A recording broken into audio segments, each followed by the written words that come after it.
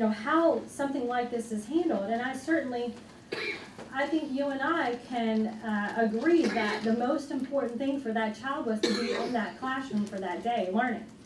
I'm just here to figure out where to go next.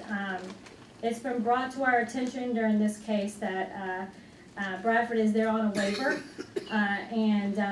so we know as parents that the chances that he will be approved next year to be in that school is basically zero. And that will be easily satisfied by saying we're overcrowded.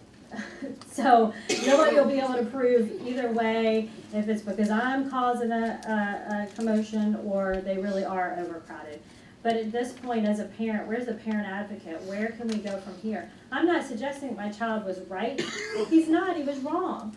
But when you have a child doing silly little acts like this in school, even in the cafeteria, not disrupting class time, it would have sent a stronger message to my child to clean the seats, after school detention, or a Saturday school where it really hits home with the child. Thank you. Thank you, Ms. Van Dyke.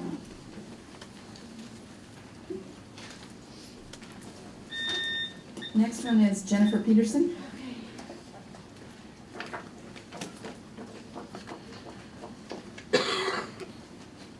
Okay, I'd like to talk about busing, and I did have something prepared, but I was unprepared for this, so I have to kind of be careful what I say, and try to go off the best I can with what I have prepared.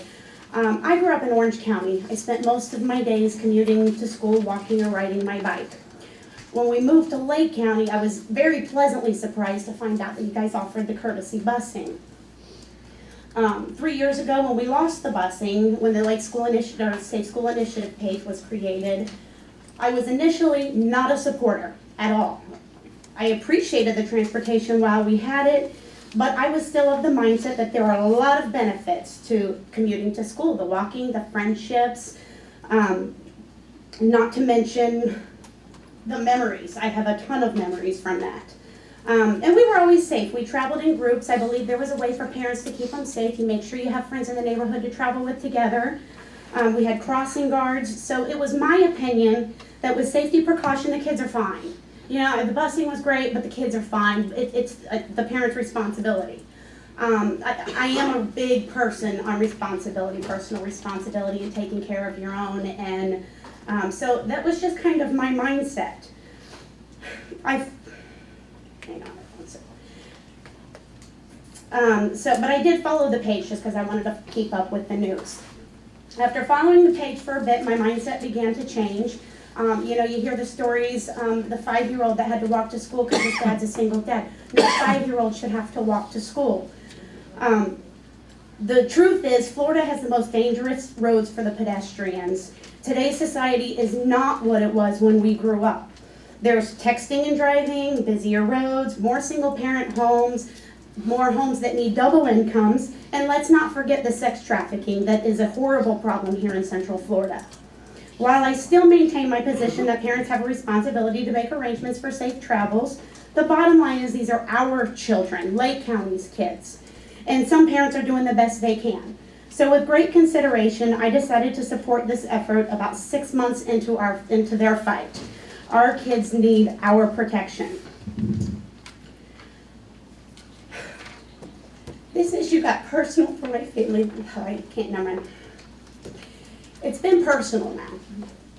And I can tell you there's a lot more of the children that are hit, that are affected by this situation. And I'm going to appeal to your greed for a minute, okay? Aubrey, I'm sure a lot of you have heard about the 10-year-old little girl who was hit last week while riding her bike home from school. It's my cousin's daughter. She had her helmet on. They had sidewalks, they had crossing guards, they had crosswalks. They took absolutely every precaution possible to keep her safe. But it wasn't enough. It's just not enough, and it is more than us in the family that's affected. The schools, they still have grief counselors there. The car that hit her had children in the car that go to school with her. Everybody is affected. And I'm going to appeal to your greed for a minute because I know we have the testing situation. We're in test preps right now. Let me remind you that testing's in 2 months. How do you think these children are gonna do? You know, I mean, I know it's about the money. I know there's budget. Ms. Peterson, you need to, Yeah, I'm finishing, I'm sorry. And I will say also, I would have sent my son to school this year, let him ride his bike if we had sidewalks. So I'm not total bust, but this has been a wake-up call for me too. Our kids, the roads aren't safe. thank you. The next speaker is Scott Larson.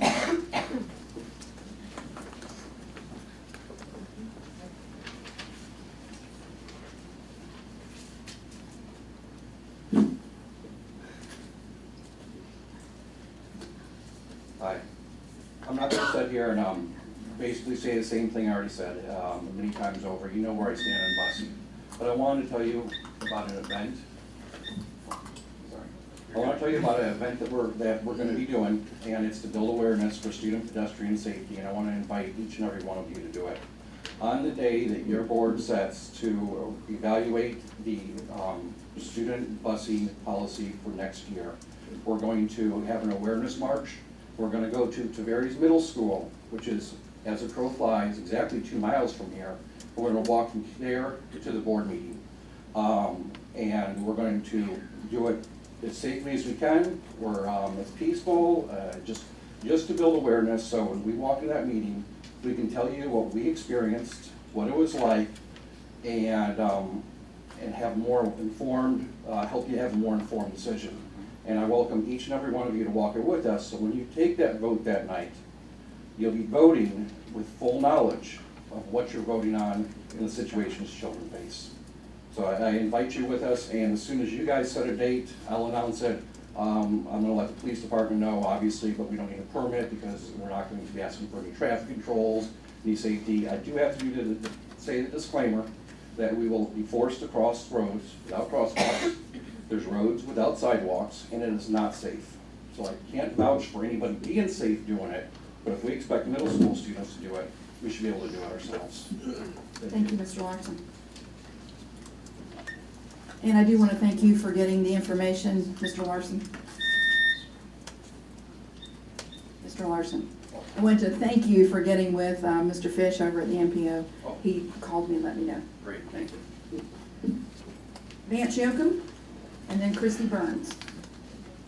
Hi, Vance Yoakum, I write the blog fiscalrangers.com. I wanted to talk briefly about bias in the information that is used for your curriculums for teaching students.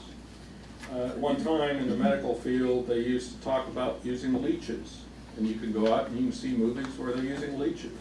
But is that a current representation of good medical practice? They used to talk about lobotomies, and they practice lobotomies on people.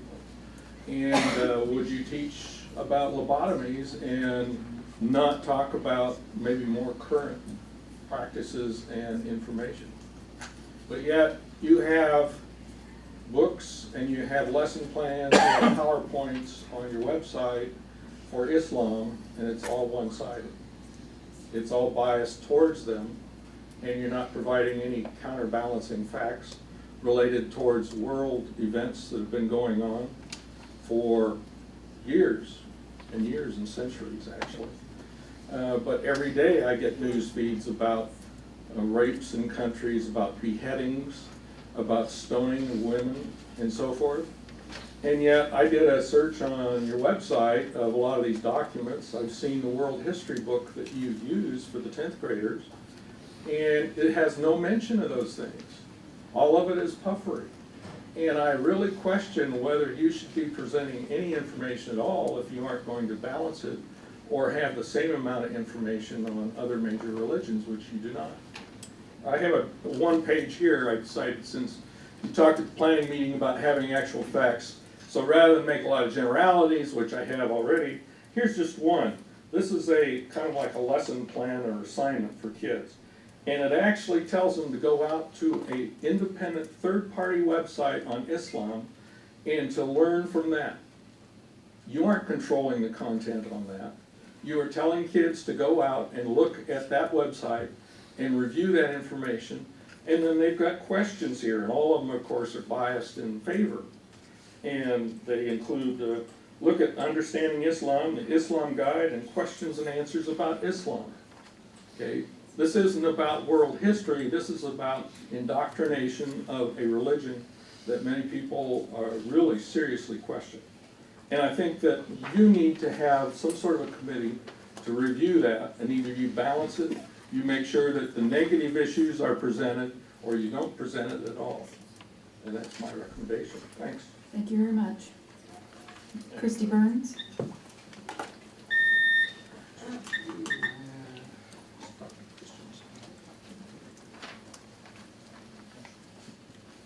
Hey, I just wanted to support busing today. You guys all obviously live here, and you guys all know how small town we are. And I think that we need to consider that when we consider busing, because deaths in our town really hit home. I remember being in 3rd grade, and I don't remember the boy's name because I didn't know the family, but our entire 3rd grade class went to the funeral. Not I didn't, but anyone who knew him, and I knew, like, everyone knows everyone who knows everyone. And so if we have a tragedy like Aubrey in this county, it's really gonna be difficult. Even if it's not if you're not legally responsible, it's gonna be really hard on the community, and it's gonna be really hard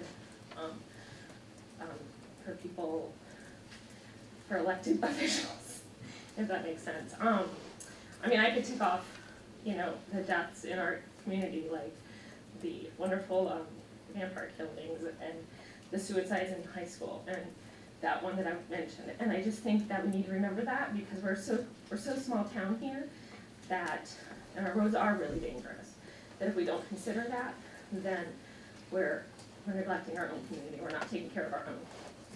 That's all I have to say. Thank you.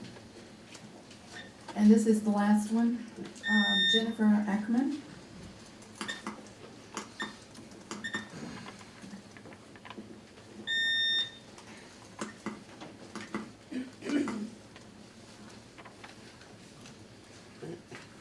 My name is Jennifer Ackerman, and I'm a grandparent of a rising 9th grader.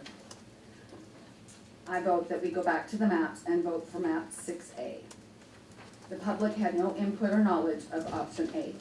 No mailings were sent for the affected 8A option. There was mailings sent for 6A and 4B. The ABC committee, well, wait, let me back up. Would the outcome have been different if the committee heard from these students and their families that are affected by 8A? The ABC committee touched on the 9th grade idea at the end of meeting number 6. The committee said, let's not mention option 8 at the open public meeting. After the holiday break, it was talked about, and option 8 was voted on that night. The committee started out with 11 members. 11 members did not vote. Is the target population at Lake Minneola really going to grow by 325 kids after 2 years, 637 kids after 3 years, and 1,000 kids at the end of 4 years? Groveland and Mascot are growing too. The problem I see are busings. How do we justify 2 different buses in the same communities going to 2 different high schools for 4 years? I see the courtesy busing being put on the back burner. I feel for these people. What happens to the families that have 2 high school students going to 2 different schools? How can you be in 2 places and choose one event or one child over another?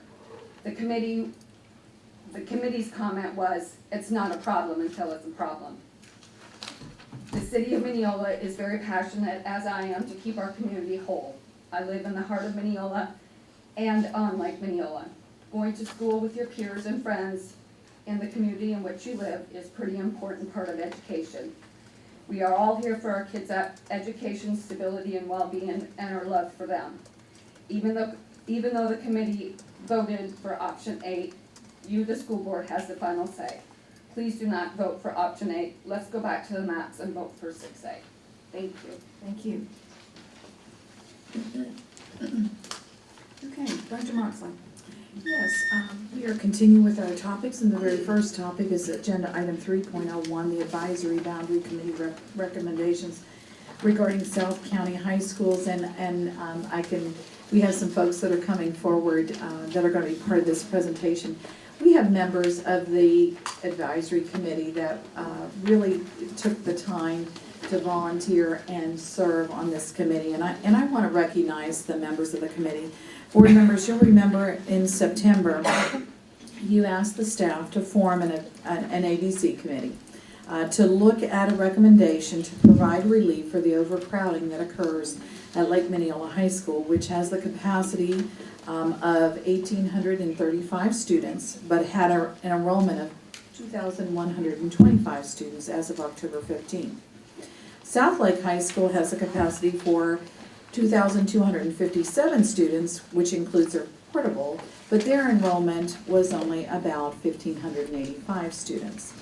So each board member gave 2 appointments to the committee, and I had 1 appointment that was able to be made. The committee was formed of interested parents and community members, and representation from represented each of the 3 high schools in South County. We have several committee members that are here with us today, and if you are in the audience as I go through the list, because I do want to recognize the people that were here, would you please stand so we can acknowledge and thank you. First of all, our chair is Lynette Pelletier, and Lynette is here with us today. Thank you for being here. Vice Chair Bob Foley. Thank you, Mr. Foley, for being here. Michelle Boziak is here. Thank you. Susan Brott is another member. Tracy Everett, Courtney Franklin, Jimmy Nussbaumer, Felix Ramirez, Abigail Santiago, Monica Shannon, and Owiza Vanderberg. There she is. So thank you very much, each of you, for giving of your time. This is a very challenging task. Whenever we put an ABC committee together, we know that it is for the purpose of addressing overcrowdedness and sometimes underutilization of capacity in another school. And unfortunately, the process being what it is, there is no easy answer to the challenge that comes before us.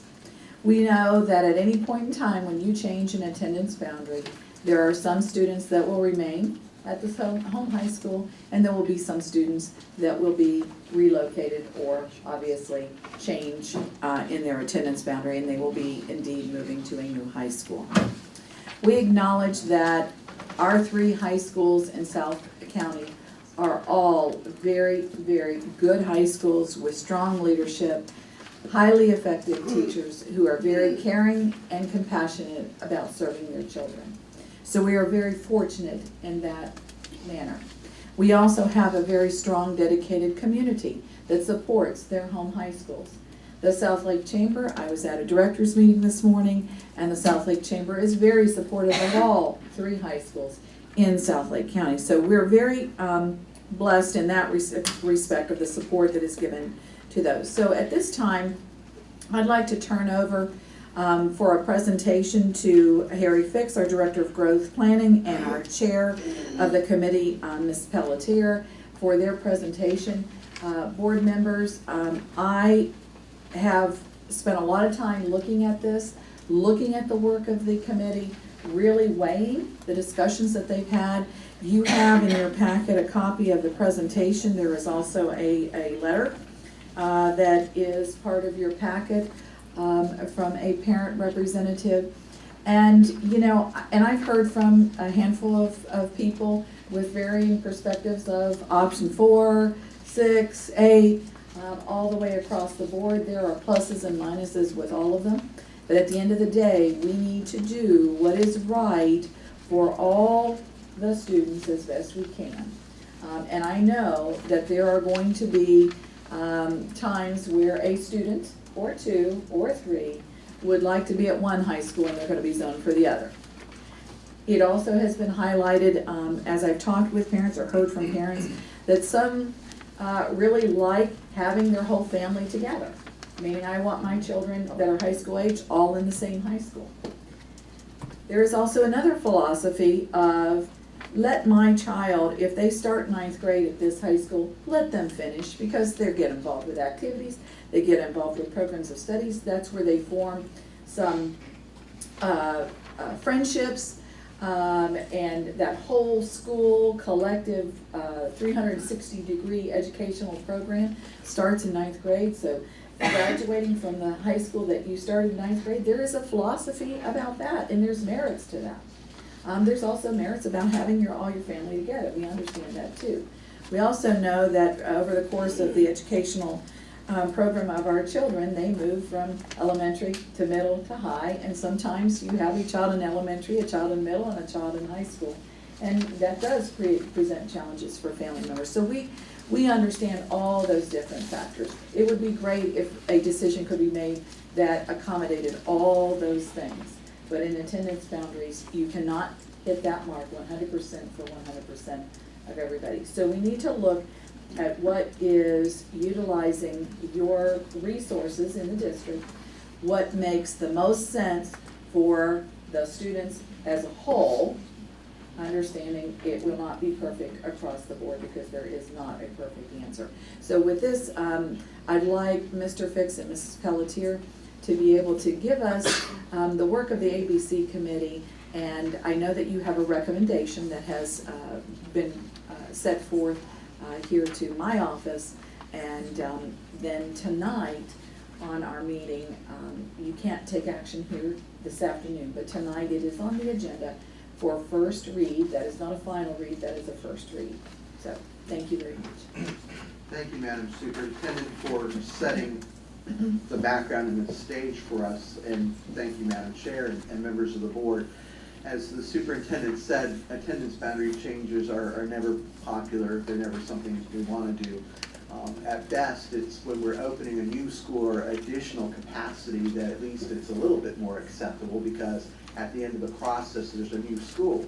But believe it or not, like, we've been through enough attendance boundary changes that even when there's a new school, it's still, nobody wants to move from their existing school, which says, I think, a lot for our teachers and those schools and the principals and administration, that those schools are so well run and so popular.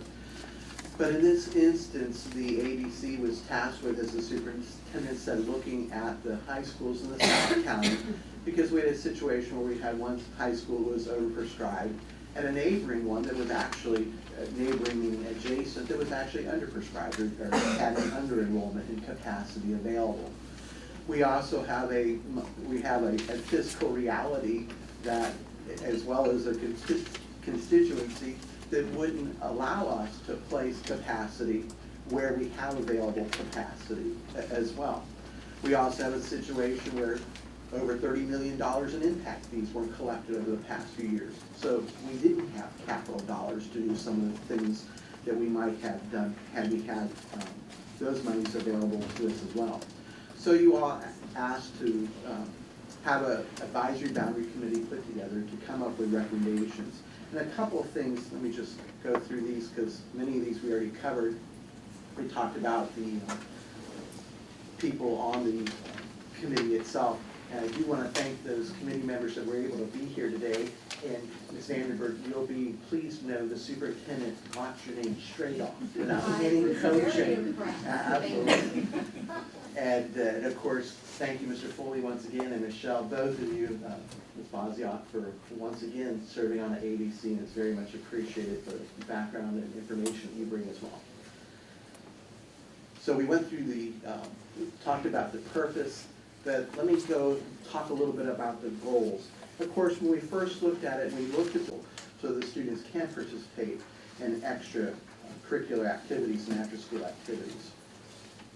So with those goals in mind too, as well as the capacities of the schools, we looked, the committee met 8 times, and these were the dates we met. We actually had one evening that was canceled due to inclement weather. If you'll remember, especially those of you that live in South County, there were the tornado warnings. And we really struggled whether to cancel that one or not. We really wanted to get going forward and move forward because, of course, one of the things that is very important in all this is that parents know the outcome sooner versus later. I mean, we're already here in January, and I think if we move forward this evening, if what you find is acceptable, and you move forward this evening, because it's policy making, then you have another 30 days. So if everything moved forward, you still wouldn't be able to vote on this final disposition until March 9th, I believe is what we have scheduled.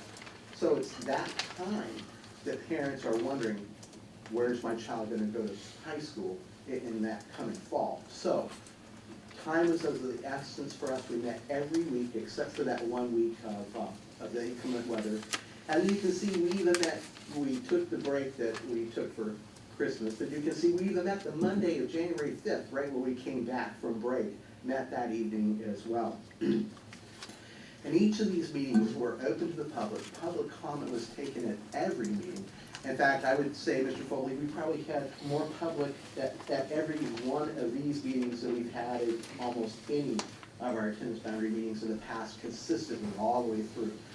So it was good. The schools did call-outs, there were mail-outs by the city of Mineola. There was a lot of transparency and public participation in each of the processes. There were postings, we had 175 people on an email list that wanted to know everything that we would do. So we'd send out minutes, we would send out all the information to all, as well as the mail-outs and the handouts as well. So these flyers, all this went out, and actually I'm getting ahead of myself. And then we had a community input meeting that was noticed, and of course those letters went out in English and Spanish to all the affected parents. So until you get to that, transport about 50%. And the one thing is that you have to also then determine who is riding the bus, who isn't riding the bus, because the older the child gets, the less they tend to ride the bus. So you would have to identify who is actually riding the bus. And so without those data points, it's hard to say what kind of how much overlap there really would be. Questions, Stephanie? How long till these 3 schools, so we're gonna make some adjustments for capacity building, and I know we've got some growth coming in Groveland, we've got growth coming in Mineola, you guys discussed it, Claremont's growing. How long with these numbers projected till all 3 schools? I mean, I'm sure we have a planned projection for how long this is gonna Oh, boy. solve this problem. There was a lot of discussion in the ABC about that. In other words, how far down the road, so to speak, will this solution take us? And that was very, very difficult for us. In fact, we were thinking, is this maybe a quote-unquote 2-year solution? Until, and the point being, until all 3 schools are so overcrowded that then we're having to look at, Local sessions? alternative scheduling or whatever. And that was, for us, it was a very difficult thing and something we struggled with, because one of the things the committee never wants to do is, once you've been through the process as a committee member, and especially probably as a chair, you don't want to go through it again. And Amen. And I can't tell you, and I'm sure the parents that are involved in this felt this way too, but I mean, committee members talking to me about losing sleep and just very upset, because this is a very difficult situation. But it was something we struggled with, saying, what is the long-term solution? And in fact, I heard some committee members talking about maybe, we ought to look to reenact Voice and some of the other things that we had in the past to talk about the capital needs, because we're not sure. We don't know that this is maybe just a 2 or 3 year fix, if you will, before all 3 high schools are overcrowded and we are out of capacity, and then we have to look for other solutions that we probably don't have the funding for. Harry, when was the last time we did this area? Was it 2007? So when we were on the committee, I was on the commission, yes. but were you on this committee, on the ABC then? What year was it? Bob, when we did 2009. 9? Okay. Yeah, That's Like what my I own remember. number. Okay. Yeah. Just to give you an idea, Stephanie, so it's been 5 years. Yeah. So if we get 5 years out of this, we'll be doing very good. Mark? Yeah, I've got a question as it relates to siblings. So now, option 8 is presented. that doesn't account for siblings, right? They would go to 2 separate schools? That's correct. Under the ABC's recommendation, yes. Do you know how many students that could potentially impact? You know, and I recognize you probably have to kind of Well- ballpark that one a little bit, but. Well, we started looking at that, did we get the figures down? I never got into We this were- updated one. We were having some difficulty getting those figures together, on that. Well, and a lot of the reason is that you have multiple families living in the same household, and so sometimes you can't always go by last name and siblings. For us, it becomes a very difficult process to understand. But the committee did talk about it, they were sensitive to it, and we tried, but I think we came up with a real rough estimate. Yeah, we tried, but I'm not sure that we were comfortable with those figures in the end, but that was something we did try to look at. And I have figures I can share with you, but I hesitate to, because I don't know that they're correct. We couldn't verify the numbers to get it right. I just certainly anticipate down the road that is going to be a #1 request for why a zone waiver would be, asked for by a parent. I'm not really quite sure where the district will land on that kind of policy, and so I'm wondering if that is a significant number of students, or if it will end up being a wash when we look at it at the end of the day, or. One of the things too, the committee felt that if that were to be, rather than part of the recommendation, it might be better that, and this is one of those things with zone waivers, but let me just say it this way, that the principals have that flexibility to be able to say, okay, in this instance, this family really does have these certain hardships where this ought to be the case. We had some that were even on the committee that said, I'm gonna be impacted by this, and I'll potentially have one student at this high school and one at this high school, and I'm okay with that. So, it was difficult to just go ahead and give it across the board, but that doesn't preclude the board from considering that, or from us allowing the principals to have the flexibility of handling that. Sure, earlier there was, I'm sorry. Please go Oh, I ahead. have a separate question. Oh, So yeah, it's okay, if I unrelated.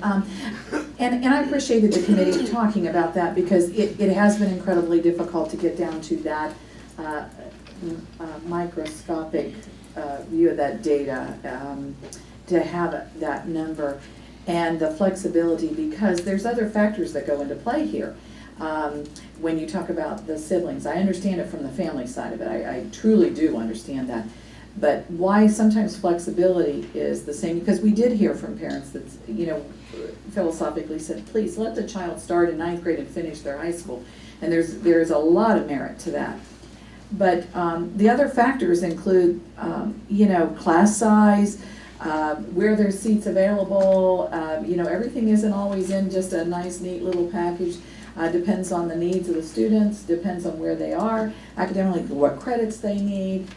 All those factors go into play, and so that's why we're taking the time to really vet the out of zone and get data points as best we can to say what is the current situation, what is the right policy, because you don't want to lock yourself so far in that you can't make those calls to do what's right for students.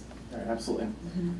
Was this the only plan that would keep all current Lake Minneola High students at Lake Minneola High, or did any of the other plans also allow for that? This was the only one where the ABC recommended a phase. And part of that is, of course, one can look at other plans and assume a phase, but what happens then is, even under this, you start the first year with only about half of the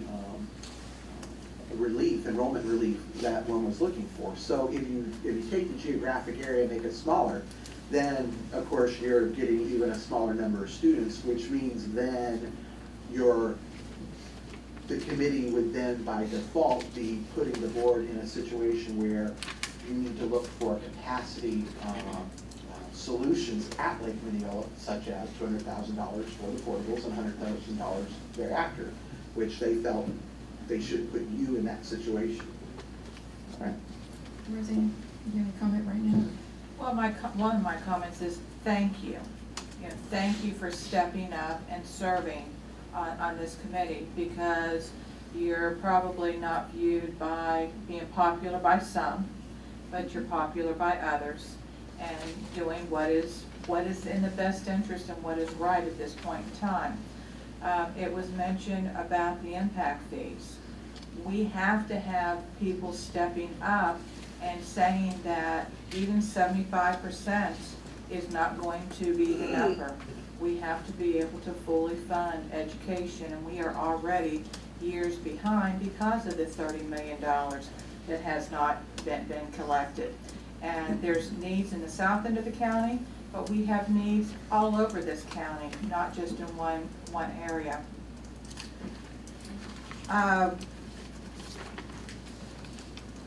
This won't sit, well with some people, but I have to say, I only received maybe 3 emails from people saying, go with option 6B instead of with what the committee is recommending with 8.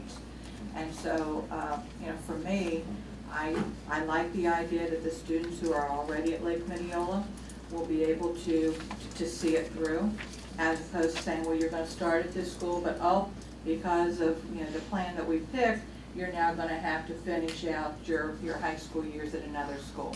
But the one question that has come up a couple times is, there's some programs offered at Lake Minneola that's not offered at South Lake, but it's not offered at any other high school in Lake County.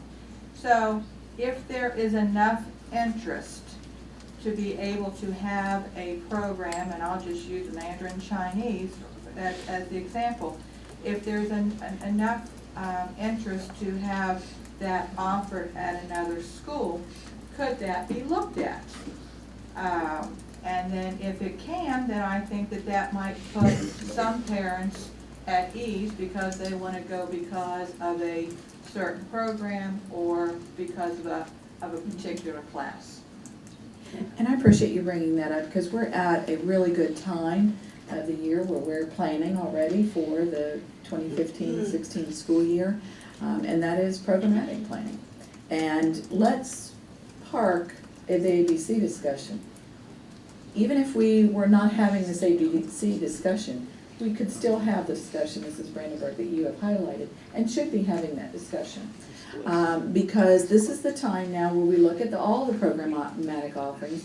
Principals, high school principals are looking at what are the needs of the students that we're serving, where is the interest, where are my allocations, how are those allocations coming, what program offering changes am I going to make moving forward. And so there is nothing stopping any of our schools from having any of those discussions and making changes in programmatic offerings to a certain point. And we all work together on that. Now, bringing back the ABC committee into this discussion with these particular schools, yes, and yes, we are definitely going to have that conversation. I have already started to have the conversation here at the district level about the programmatic offerings, looking at those very carefully and working very closely with the principals, specifically at these 3 schools, because I do believe there needs to be some opportunities that one student, if there's opportunities here, we need to look at how do you afford opportunities to our students that, if that's their area of interest or that's where they're excelling. We will be having a discussion tomorrow here at the district level about, and we've had this at the board table with regards to career and technical education, that those labs are becoming so technical, so detailed, and the resources that are required, you can't afford any longer to have one of everything at every high school. We're now going to have to look at that, and how does that fit with schools of choice and all those kinds of things. And those are a whole other line of discussions that have to take place on that. But this is the time we would start those discussions, and that's a more complete answer than you probably asked for. But those are all the things that are on the table right now that we're looking at. And so, yes, we'll be looking at that very closely for these 3 schools specifically. Bill? I was gonna add that we did have Dr. Teach out at one of our meetings to explain to the committee which programs could be moved, and it's kind of problematic to assume that the students will follow the programs. And we also had Mr. McHugh speak to us and explain, until we get him some students, he can't necessarily get the programs because he doesn't have the allocations, so that was in. So you went through everything that we're thinking. Bill? A couple things. I attended the December 15th meeting, and it was amazing, and I'm grateful for y'all there. There's more people that wanted to speak than ever any board meeting. So we appreciate y'all volunteering to take the flag. I have a couple questions real quick. One is with the looping of the buses, are we funded? We're funded at the same level we've always been funded, which means, you know, the piece of the pie from the state, unless things change in this year's budget, will be identically the same, so any additional costs would come out of general fund. Number two, you mentioned that the last time you had to do this was in 2009. You were expecting the cost to go down in the fourth year as it stabilizes, I guess? Third year. Or third year. But then I heard you say this may not, because of growth, we may be screwed in 2 years and have to make another change. That, but I need to ask a clarifying question. Are you referring to the transportation part of it or the capacity for These students? students that we've acknowledged that were ready for the ninth grade and that they would start fresh and finish at their school, it is conceivable that that may not be the case.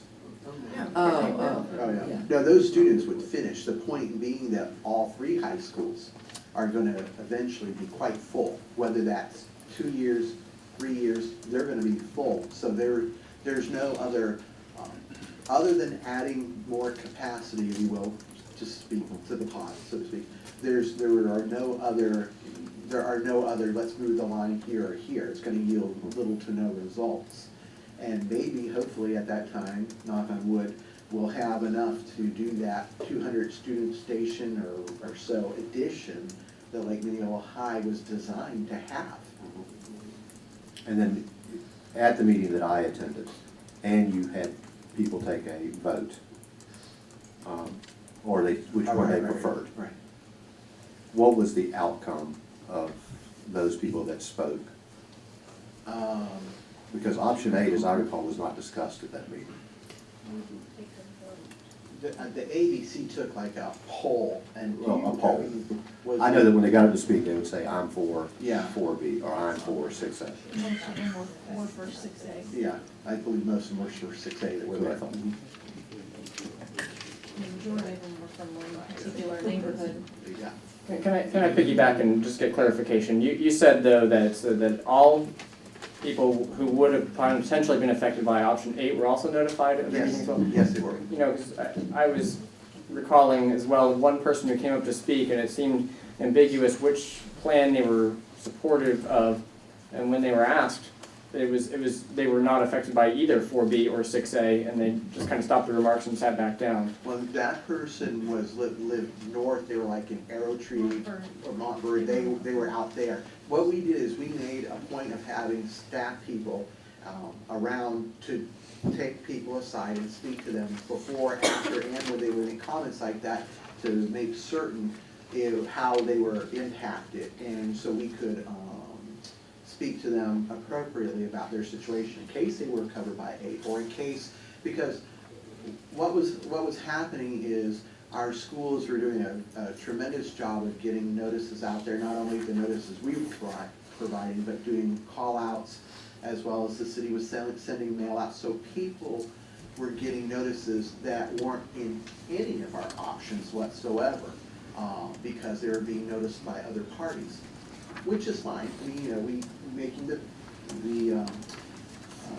process as transparent as possible, that's fine, but those people, we got with them all specifically to the degree that they let us know, and we spoke with them to see what their particular situation might be. And in that situation, there was the Montbird. I was thinking way north of Arrow Tree, but Montbird, they were over there, yeah. Was there anything that went to the decision to not have option 8 on display that evening? The only reason not to display it that evening was it was the meeting before. Remember, typically when we do an ABC, we like to meet every other week because it gives staff the time to pull the data together and get everything all straight. be able to talk with the chair and make sure that he or she is comfortable and on board with everything we're sending out. But because of the tight time frame, we met every week. So what happened was that just before we did what the ABC calls their community input meeting, which bear in mind every one of their meetings is really a community input meeting. They said, hey, what about, and we talked about option 8, but we said, okay, here's the problem. One, we can't be certain that we'll have that data pulled all together for you, like that, for the next week. And also, it's going to be confusing enough having 2 options out there, let alone to say, oh, by the way, and here's a 3rd option, and it doesn't impact anybody but the rising 9th graders. I was going to say rising 8th graders, rising 9th graders. So only to that extent. But the ABC did ask us, but please notice anybody that would be impacted by that, so they could come out and hear this. And probably 99% of them, or more, were actually in any event impacted by the 2 options that were up there as it was, that were displayed. Sure. And I think I have one final question from a logistical standpoint. Now, you gave some numbers at the very beginning about the capacity of each of the schools and where they really are, you know, and you can see the imbalance with Lake Minneola versus South Lake. Where are those students at Lake Minneola now? How are they able to be accommodated in the facilities that we've got? And you can probably appreciate this having taught in a newer school. The newer schools tend to have spaces that the state allows us to build in them that they didn't allow us to build a few years ago in those schools. What it then allows is, well, it's a combination of things, but let me go down, talk about this, and then come back to the other thing. It's a combination of spaces and programs and utilization of those spaces. So Lake Minneola has some more flexible spaces in it than some of our high schools that are even just a little bit older because the state allowed us to build them.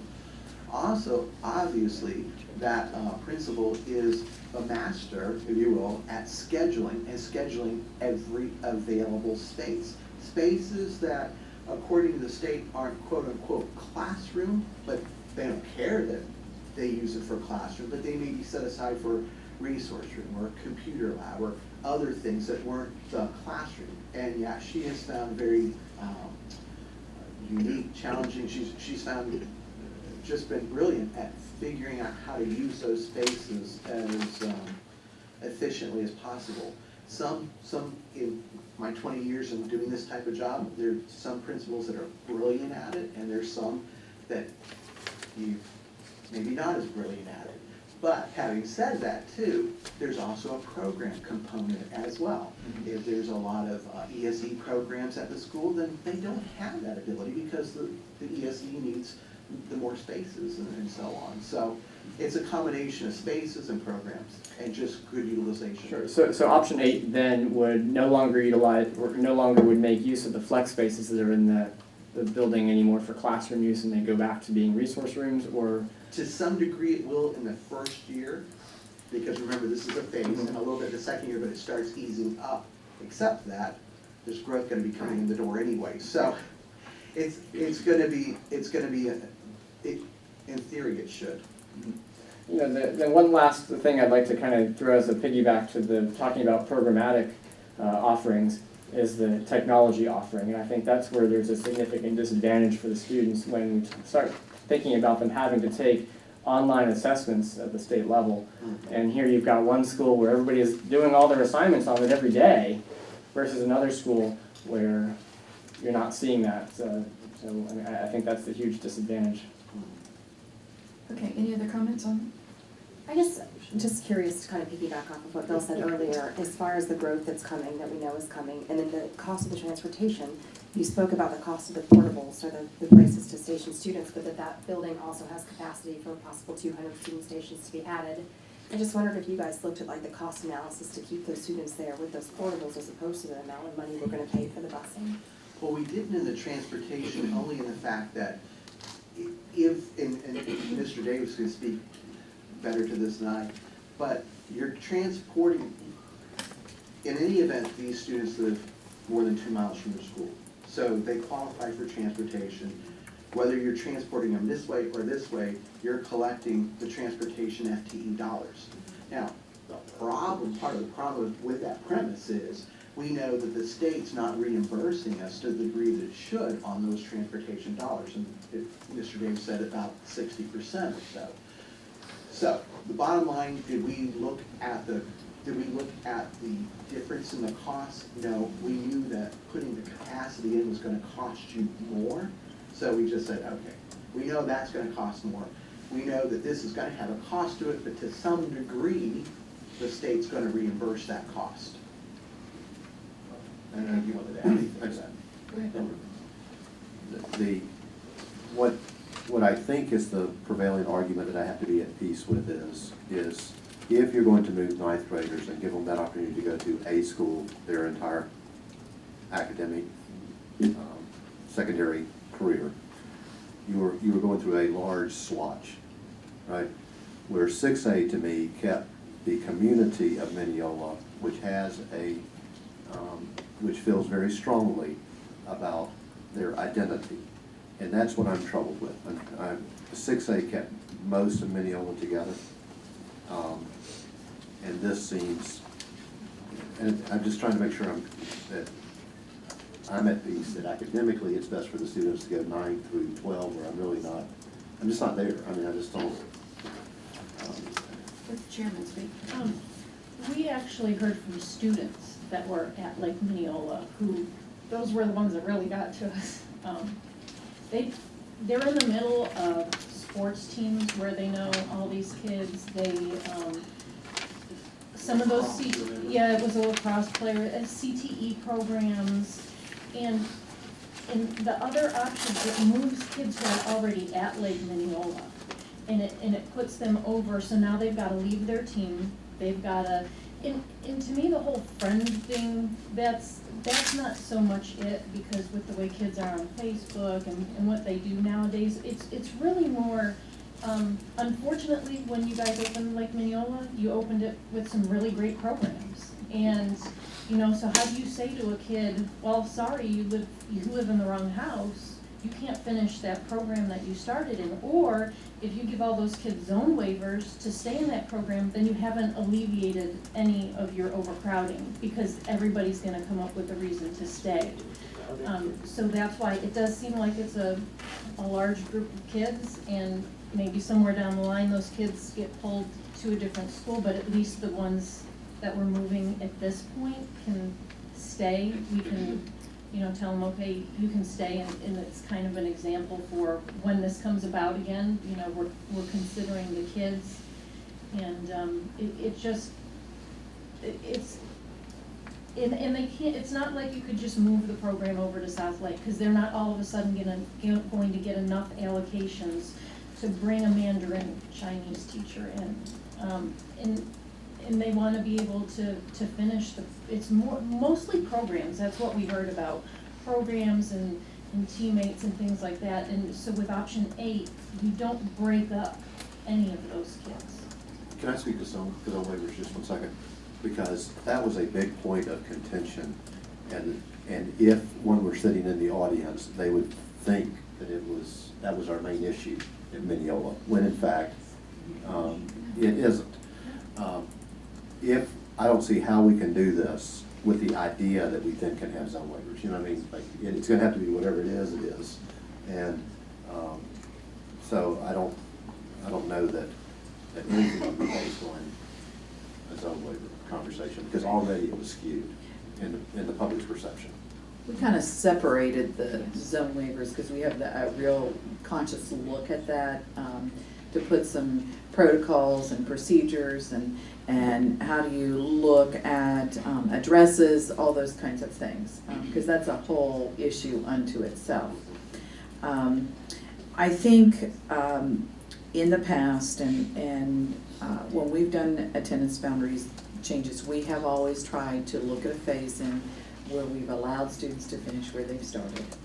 That has been the least disruptive to the student. Not that there is not disruption to, one family, 2 families, or across the board, because it is in some situation. But the least disruptive to the student, honoring the programs that the students are enrolled in and allowing them to finish that. Students that are in middle school right now, they're transitioning to a high school. The question is which one, but they are going to make a transition. In 4 and 6, the lines take certain segments because they're all addressing Mineola in one fashion or another, but it is moving students in the middle of their high school career. Either one of those is doing that. In situations where we have cities in the county, and it is a dense area with high growth, the greater the density, the stronger the growth, the faster the growth, you're going to find yourself where families are going to have students going to multiple high schools. That is true in Orlando, that's true in, your Altamont Springs, your Lake Mary's, those kinds of things, because the population's just too dense. You just don't have the capacity at one high school. So you will see families attending, there's 2 different high schools serving one city entity. And, it's in the South End, we're at that point with the density of it. We have to do something. And to go back, Ms. Luke, to your question, 3 years down the road, we're going to be having another very detailed, complicated conversation because all 3 schools are going to have no capacity. And we're going to have to make the decision of, are we putting additions on? Are we putting portables on campuses? Or really should be having a conversation, where's the next high school being built? And actually, by the way, those conversations really should be starting in 6 to 9 months from now to be prepared for 3 years down the road. Why are those conversations not going on? It's not because we don't want to, but it's because of that big blank in the center of our capital plan, which is forcing us to have to do something now. But to not have to go through this and not have some capacity change to the school that we have capacity, you've got to make some significant impact here to Lake Mineola. I am very sensitive. I've heard the Mandarin Chinese conversation a lot. And frankly, that one's a lot easier to deal with from my standpoint than moving CTE programs. But the Mandarin Chinese, the foreign language discussion, that's already taking place. That was taking place before we even got to the ABC committee. So there are some other solutions to that. So there's some ways to address some of the things that have come up through the ABC committee in addition to this. But in all of the options, they move the same number of students? I need you to confirm that. No, No. they do not. In fact, 8 moves. 8 starts off about half of what either of the other options start off with, but at the end, it's moving more. At the end of? At the end of the 4 years. 4 years. Because remember, it's the phase, 9th, and then 9th, 10th, 10th, 11th, 11th, 12th. So at the end, it's moving more, which will, but it's not a bad thing in that the east side of 27 is just exploding with growth, so Lake Mineola will continue to fill up. But if we need the FTEs in order to offer and balance the programs, and it doesn't do that until the 4th year, right? Well, it starts doing it in a phased approach, which benefits those schools, because then what happens is Lake Mineola High is a, let me back up. One of the things Mr. McHugh reminded us is that when Lake Mineola High opened and we moved students, then he lost overnight the next year programs. So one of the, if you will, better points of a phase is that Lake Mineola High isn't drastically losing so many students that it has to eliminate programs, and South Lake High is getting the students where they can add programs in a manner that makes sense as those young people are articulating up through the grades. The other point, and I'm looking to look at Mr. Fix so he can validate whether I'm saying, because I'm kind of going out on a limb here, but if my memory serves me right, one of the biggest concerns that I always saw from South Lake is they were just under the threshold. So, so this phase-in approach, I believe, will kick them up to that threshold the first year, so they're automatically going to see relief with some additional allocations, because that was one of the, and I think that came up at a SAC meeting, at South Lake High School, where they were just, because they had just fallen below and they just can't seem to get enough, that if they just had a little bit more, so they will see immediate relief and additional allocations the first year. That was the FFA, because he had two, and he lost one Yes, because the numbers and we fell. went ahead and resolved that situation, but I know there's always the question about the guidance counselor, the support staff, all those things, that they just didn't quite get there and see, so. The first year this remedy. All three plans assist South Lake, they're very friendly to South Lake, so one isn't better than the other.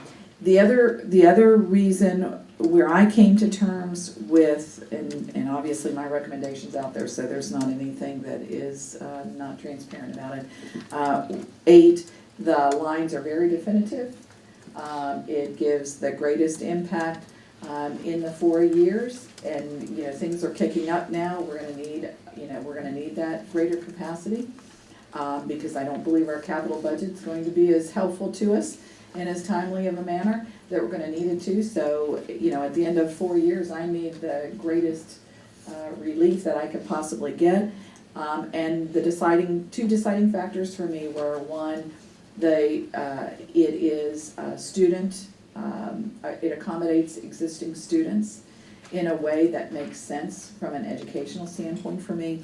2, the lines are very definitive, and, you know, it's pretty fairly distributed.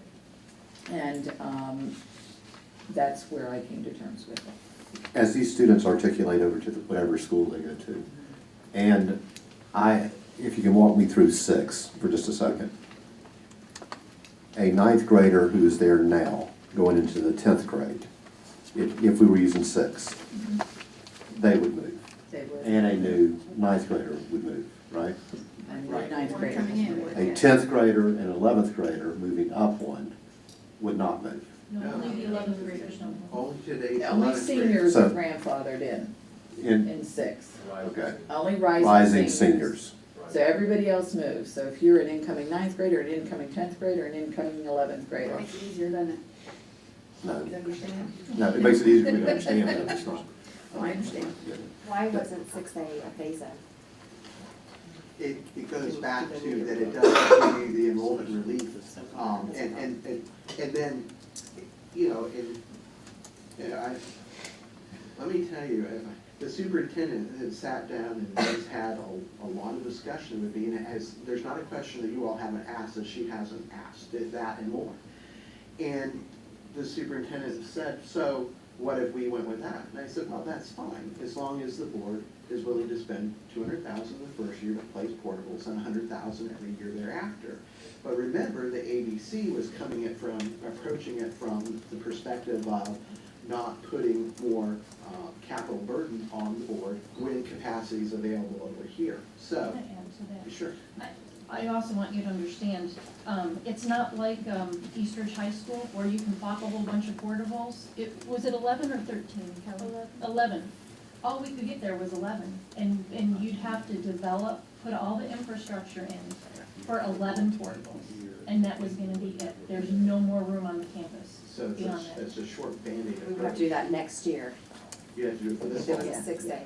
And that is not, in my opinion, cost efficient to do that. And we've kind of gone down that road before where we, you know, invested a lot of infrastructure to get the capacity, which then you still have portables or relocatables and you cannot build up. Whereas when you can do bricks and mortar, you can build upward and get greater capacity for your land space. And part of that was because we were trying to avoid also the footprint of where the addition is supposed to go, and thus And the problem. That's not to do with 6A, that is, you were just looking at capacity. If one were to do 6A or 4B, either one in a phased-in approach. Oh, phased in. Right, that's all we're saying. As we look for cooperation with the city of Mineola, and I know very clearly how they feel about this,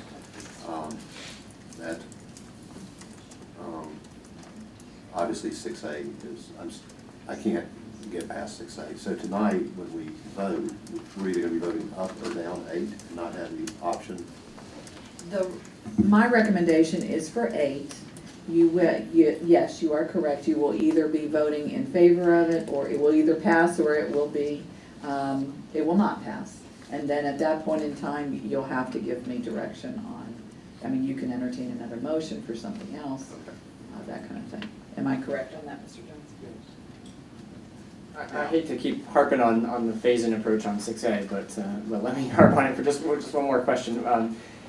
If that were to be considered, would that be possible if you, and just still continue to use this flex space for classroom space? I mean, is some relief gained by not, if we just continue to use it as as classroom space instead of opening up that flex space for resource rooms and things? Could that provide relief and allow for 6A with a phase-in approach? You would still be, if you were doing a phase-in approach with 6A, you would get a minor relief. You would still be using your flex space, and we'd be looking to put portables on the campus. Am I correct on that? That is And correct, there- that's what it is. And there are 2 subdivisions that are going in right now Right. next to it, which would go there automatically. Right. So something's gotta give. But the one, Where are the numbers? Are the numbers available so that, Well- and I'm not sure what phase in you're thinking of, but if it would be like 10th and 11th grade, rising, I mean, what do you think? Yeah, I'd rather see all existing students be able to stay. Right. So that's 9. When you talk about some of these programs, they're just so unique in nature that you can't just pick them up and duplicate them elsewhere. I recognize that cost associated with that. And I also think that it's tough to take a student out of that, both the athletic as well as the clubs where they've started to lay the foundation of their leadership skills that are going to help them prepare for college. But then also you've got that technology component. I mean, that's a whole other culture that you've got in that classroom that even under bring your own technology in another school, it doesn't replicate the type of environment that is. I've got two data points just for consideration, because you've brought some valid things. First of all, we have the Health Sciences Partnership Academy. That is not going in one school, that is going in all 3 schools. So it eliminated that programmatic discussion, and we're actually going to be looking, and that's a 9th grade program. So that is available across the board, all 3 schools. So there are students that are going to move into that program that, so whatever programs are at Lake Mineola, if they want to go into that program and they're now going to be at South Lake, they're going to still have the opportunity to go into that and be part of that cohort and cross work with students in the other 2 schools for their school. So we've, I believe, come up with a very appropriate solution for that dilemma. As far as the technology is concerned, South Lake High School, along with Lake Mineola, has been excelling in their personalized learning. And they too have been piloting and doing a lot of work with the personalized learning and have an outstanding model with personalized learning, just like Lake Mineola has an outstanding model. And so they are doing a lot of work in that arena too, and they have been accelerating with the bring your own device methodology too. And we're starting to see devices come in all our high schools. That isn't just a South Lake issue, that's a all school issue. That, and again, with bring your own device programs, we're seeing the number of handheld devices in student hands. iPads with regards to the testing. We talk about Lake Mineola has the advantage of testing, but there are protocols with standardized testing that you can't always use the iPads for, that they still have to have the other types of computers to do the testing. So the iPad program at Lake Mineola isn't the end-all be-all to everything when it comes to assessments either, because you can't always use the iPads for all the assessments because of the platforms, and there's different nuances there. Now, they may have opened up that window a little more, but South Lake has done a lot of work with Bring Your Own Device, and they're doing a lot of work, and they were one of the 8 pilot schools along with Lake Mineola with the personalized learning. So I don't want to minimize the power that is at South Lake High School with that personalized learning and that cutting edge Right, I understand it, but you know, I've had a number of conversations with folks at South Lake High School who tell me that there's a small segment of that population doing the personalized learning, and that in the other classrooms that they're not finding the level of device usage that the district thinks that it's getting. And so that's where I would Well, wanna and dive remember, deeper into that. remember, that is a pilot, and so yes, you're Sure. exactly right. It is a pilot as a seed, because they've applied for a grant. Just like Lake Right. Mineola's applied for the grant, and so, you know, that hasn't yet, come to a conclusion yet. Okay, any other, y'all gonna make some final comments? Yeah, I want Please. about the 6A option. I understand when you look at that, when it comes time in 4 years to move kids around, the kids that we've just moved in that 6A option are right in the center of the 3 attendance boundaries, and they're the most likely to get moved again. And that's one of the big problems with that particular option, is you're looking at possibly moving the same segment of kids twice in a matter of 4 years.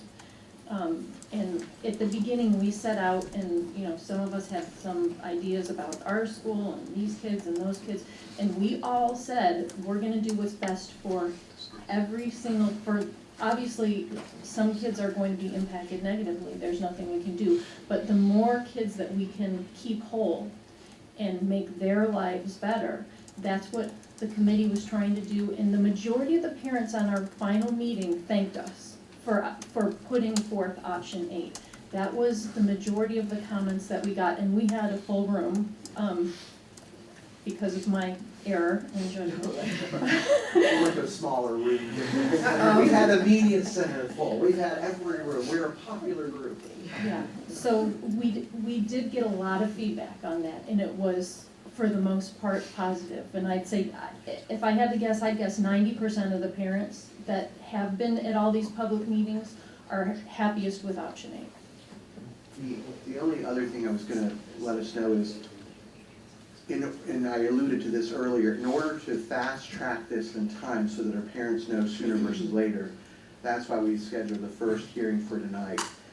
If the board, if it's their pleasure to go with a different option, then, and Mr. Johnson can correct me if I'm wrong, but then you're starting your, you would need then to have your first hearing again and then schedule another second hearing. So you could be impacting your timeline slightly, but impacting your timeline. Is that Yes, sir. We'd have to have notice, it would be a Start over. substantial change in what would be the policy, which was a change in the plan that you would need to start and have the next vote on that the next meeting. Okay, anyone else have any other questions? Okay, thank you very much. Thank you very much to all the members of the committee, and I appreciate you being here today. Madam Chair, Yes, ma'am. there is no way that we can get through all these items. And are there some that are more time sensitive than others? Yes, as a matter of fact, we need to hear 3.04, the student progression plan, because that's for tentative read tonight. 3.07, we wanted to give you an update on that. All the others were requested topics that could come at the, or not time sensitive. Okay, I So- just wanna make sure that we get to the Ones that are on the. immediate ones and then see if we have time for Could the we others. go with 3.04 and 3.07 And then if we first, still and have time, then go from there? Okay, then I'd like to call Dr. Doyle and Jan Tobias for the student progression plan.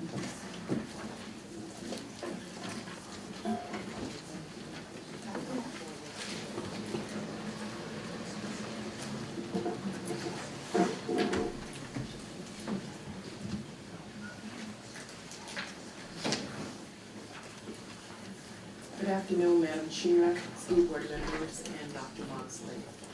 As you all are aware, each year we bring an update of our student progression plan that reflects legislative Department of Education directives, district programs, and policy changes. Each year, Student Services, under the direction of Jan Tobias, use the technical assistance papers from the state to make these updates. Some of the information has been released, and there's information yet to come. So what you're gonna see today is updates that include some of the changes. Also formatting, editing, and language clarification in this process. And she's giving you a PowerPoint to follow along. Good afternoon. If we go down to the next slide. Oh, I have the power, who knew? Come on, Jana. Oh no, technology. That's the power. All right. We need the microphone too. Okay, thank you. As you know, each year we take the lead to develop the plan, but it's very important to understand that we're the facilitator, that each department takes responsibility for their section, and in fact, several of the departments are here with me today in case more detailed questions would be asked about something. We give updates to the state statutes, and new statutes are assimilated into the document, and as always, we add the clarifying language.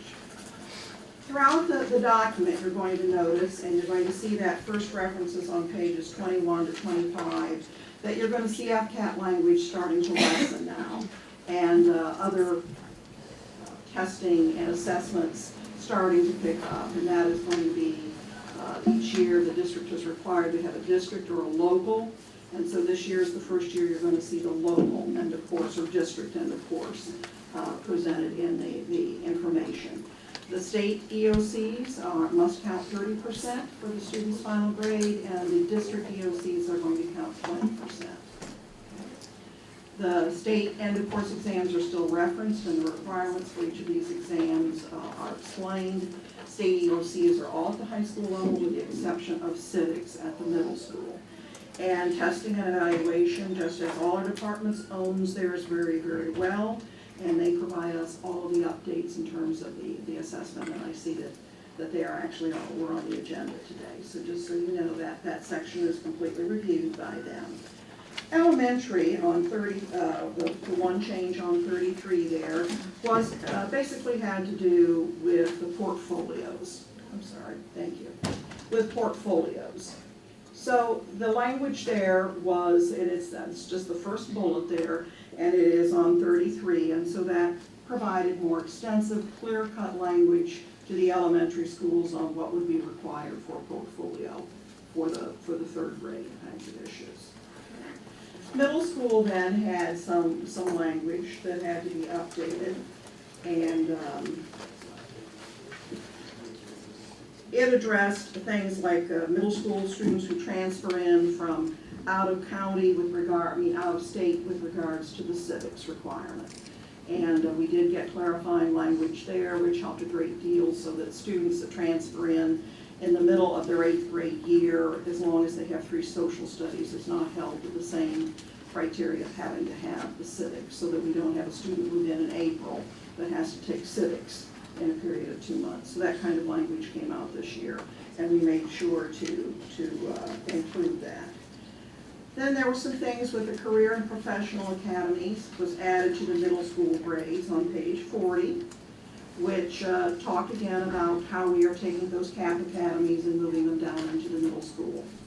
And Dr. Teachout is here and has worked with us on all of those kinds of languages. Okay. And then remediation requirements. This came to us from curriculum on page 45 and talks about what we have to do with students towards the bottom of that page for a student who has a level 1 or 2 in either reading or English, and what the district must do to accommodate the needs of that student. Okay.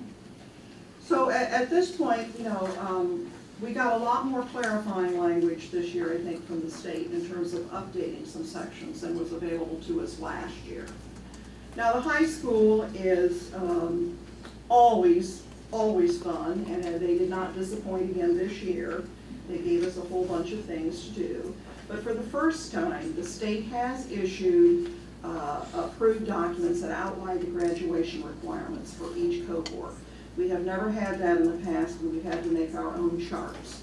And this is the first year that the state has done that, and that is on page 49 and 50. So we deleted 49 and 50, which was our chart, and then took on all of the state charts. And that's something we've been asking the state for now for 4 or 5 years.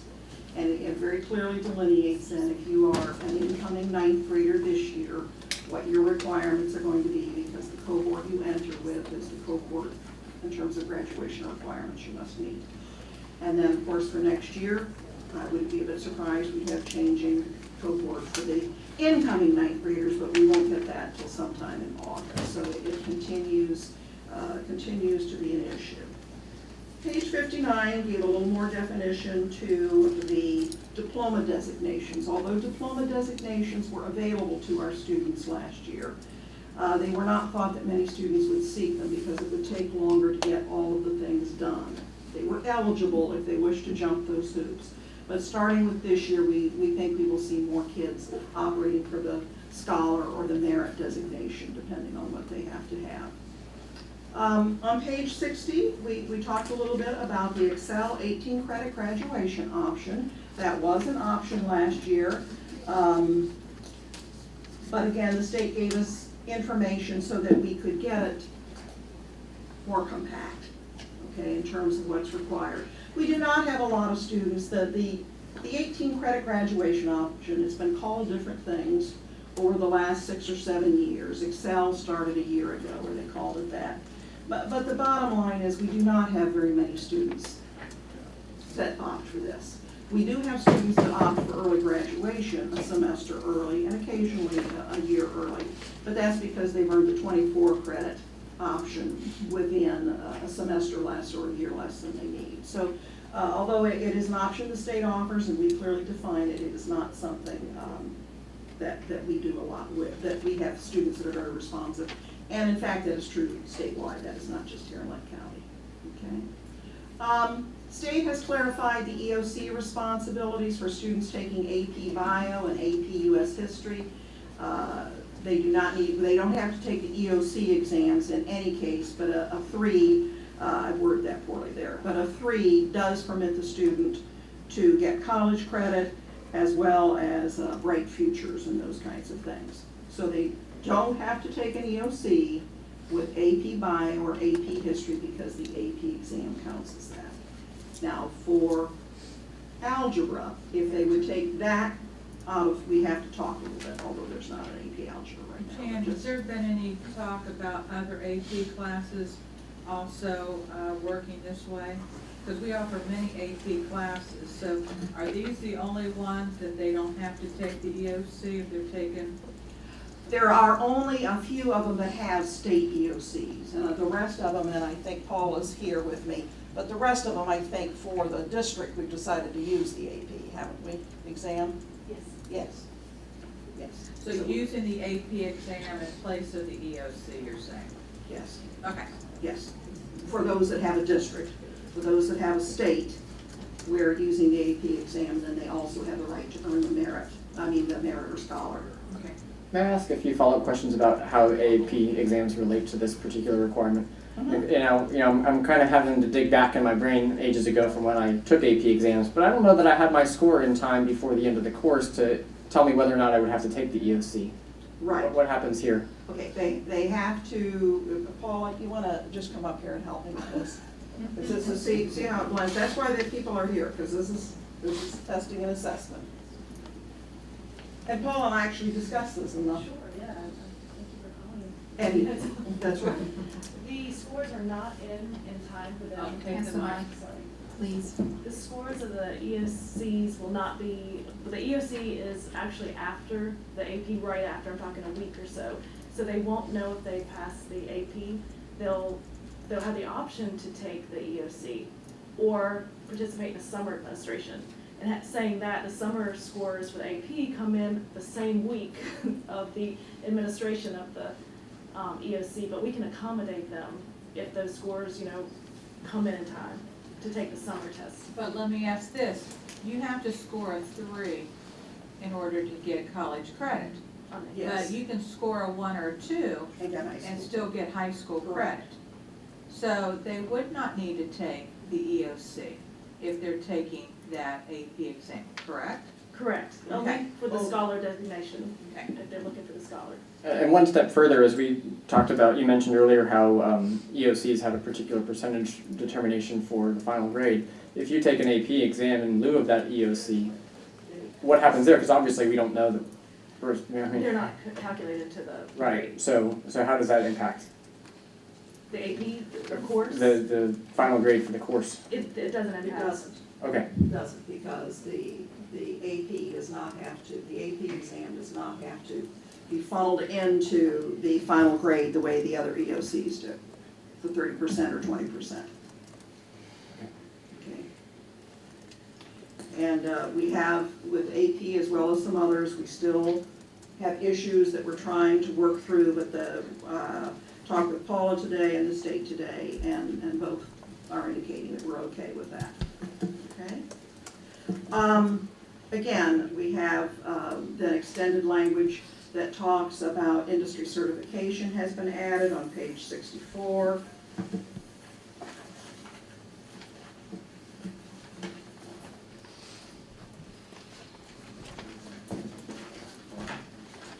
Because that is not new. We were doing this last year, but again, more language is coming in as those programs expand, and we want more clarifying language in there for that. Okay?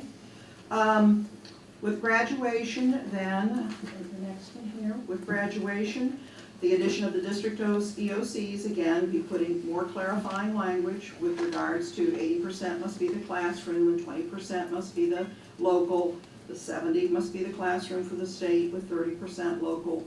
We again addressed remediation requirements just as we did for the middle school and the high school section on page 74. We addressed what is required by the state for us to provide to students.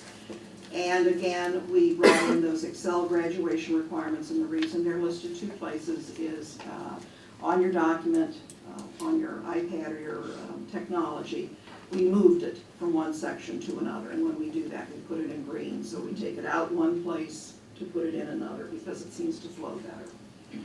And then on page 79, we have the standardized testing graduation requirements, which is very, very important that we make sure that those are all in place and the kids understand them and the faculty understands those. With that being said, those were the major changes for the high school. One other department that had major changes this year was the ESE department. The state has made changes to the diploma options for ESE students. Prior to the beginning of this year, students who were identified as ESE could choose special diploma or a standard diploma. That's always been an option for them. But starting with this year's group of ninth graders, the special diploma is no longer an option. Now, just as your phase-in was talked about with the movement of your lines or zones, there is a phase-in for this with ESE. So that students who were with us last year as ninth graders, who are 10th, 11th, and 12th graders, if they made that option for special diploma, they may continue on. But this year's ninth graders may not choose that. And of course, if a student opted for a special diploma last year, that student always has the option to opt now for a standard diploma. And again, the special certification for completion, for special certification of completion was further delineated and with that law. So they have some major changes there, but again, Judy Miller and her group takes complete responsibility for getting that to us and making sure that that language fits with all the state statutes and those kinds of things. Just because we do have two new board members here, the timeline on this is very, very comprehensive and tight. And so would you please just take 1 minute and legislative action takes place, finishes in May, things go to the governor, once they're signed and they become enacted, July 1st is usually that date. And we realize that school starts, but things don't come to the districts until in the fall. Can you just briefly walk us through that timeline? Yes. We start to get heads up about bills and things that may pass and may not pass from DOE, and we start to try to gather. But those, of course, are not final till they're final. That usually comes in July 1st. Almost everything Florida passes, they decide that they're going to implement it the next year. So if it's a difference in graduation requirements, and for those of you who may not know, I think this is the 7th year in a row we've had different graduation requirements. So each year is quite a challenge. When we get the language in the law sent to us, we then wait for DOE to give us their interpretation, because how it's written by the attorneys and the business people up there passing the law may not easily be able to be figured out how we're going to put that into educationese. So then we wait for some frequently asked questions, some technical assistance papers, and that kind of information comes to us, and that will be anywhere from October to December. Then we are to get a technical assistance paper on the student progression plan. I've not seen that yet this year, just so you know. So, and we have gotten that as late as January before. So there are times when we bring something to you and go through that process where we have tentative approval and then final approval, and then towards the end of the year something will come in that's tremendously different from that. And so we come back again. Now that happens rarely, but it does and can happen. And there are times when we can, depending on what it is, do, because every time you change something, you have to go back through that tentative approval, advertise it, and the final approval, and then to communicate that out. So we have done some addendums at times, but it is very difficult because what you naturally want to do, and I know that they hear me all the time, because my goal is to always have it before the winter break, but that very rarely happens, and I understand why. Because we have tried to do that, and then we do double work because we're having to go back and then address things that we thought were already done, but because it came out differently. So that they have really had a real time challenge with that. Now, I do want to point out, though, that as we are aware of changes in the law, if they affect, people continue to train. We don't wait for the document to train our people. So in other words, if something impacts elementary counselors, we don't wait till the document to let them know this change is coming and that we need to be thinking about how we're going to handle that. So people are trained, we just don't always have all the wordsmithing down exactly the way they will need to be. Any questions? I have one, and I can begin this by saying that I appreciate how the district's hands are tied by how many state regulations there are and how that will impact this document. Where I wonder if we've got a little bit of room to get a kind of a foreshadowing of what it would look like, and some of are those district creative procedures. And one in particular, which I would classify as really a major change that wasn't addressed here today, is the kindergarten grading report card scale. That by the time it comes before the board to approve the document, the policy is already in place. And so I wonder where we get the leeway to be able to discuss that ahead of time before the policy is put in place. And because I think I could be safe in saying there are a lot of grumblings out there about the new scale that is taking place this year, and it's completely impractical in a lot of levels to be able to measure or assess. But now it's coming before the board, but the policy is already in place, so we can't really change it this year. And next year, by the time we approve the student progression plan, if there is a new scale, it will already be in place there too. And I'm trying to, because the grading scale is in the student progression plan. Yeah. Then you have the report card, and the report card, and there was a change in the report card, which then the implementation of that, but that report card is not necessarily student progression. That's coming out of working with the group in that, we had a committee that worked on that, and that would come through Mrs. Arnold's group. So there is a lot of flexibility in the turnaround in that kindergarten report, or the instructions on how you apply that and implement that report. Now, if you're talking about the grading scale, that's in the student progression plan, and we're operating on that student progression plan that was approved in June last year. Yeah, I guess right now until this right. one is. Well, the kindergarten, it now goes from 1 to 4 as opposed to the 1 to 3 scale. So the grading scale is in the progression plan, saying that you grade to 4 and what each of those things mean. And I guess I'm having a hard time figuring out if that scale was then driven by the report card that was developed before the school year began, or if, which one comes first? I'd have to go back and trace the timelines of when the group that worked on the kindergarten report card revision, when they were working on theirs. I mean, that's something we can go back. I'd have to just put the timelines together and the work of the two groups. Yeah, I think this is probably the most appropriate place to make the remark about this one, since we'll be voting on that scale, is that having a 4 indicate that it exceeds expectations is really an impossible thing to test or to be practical to assess. And I found myself in the first grading period explaining to every parent why I couldn't give out a 4, because the 4 indicated that they not only met all of the standards for the year in kindergarten, but that I was also able to test them on first grade standards, and that they knew some of those. Mrs. Arnold, do you have any comment that you'd like to come up and add? Because that may have some significant impact to the discussion with regards to the content in that, but I know that you've been working on that kindergarten report card, not to put you on the spot. We'll have a committee that will be working on revising. The 1 through 4 is a scale that the state has recommended that we use, and the confusion is there are children that come to school that work above and beyond expectation. For us to not be able to give them the credit to the abilities that they show, a 1, 2, and 3 are more in line with what is the expectation of a, quote, regular type kindergarten setting.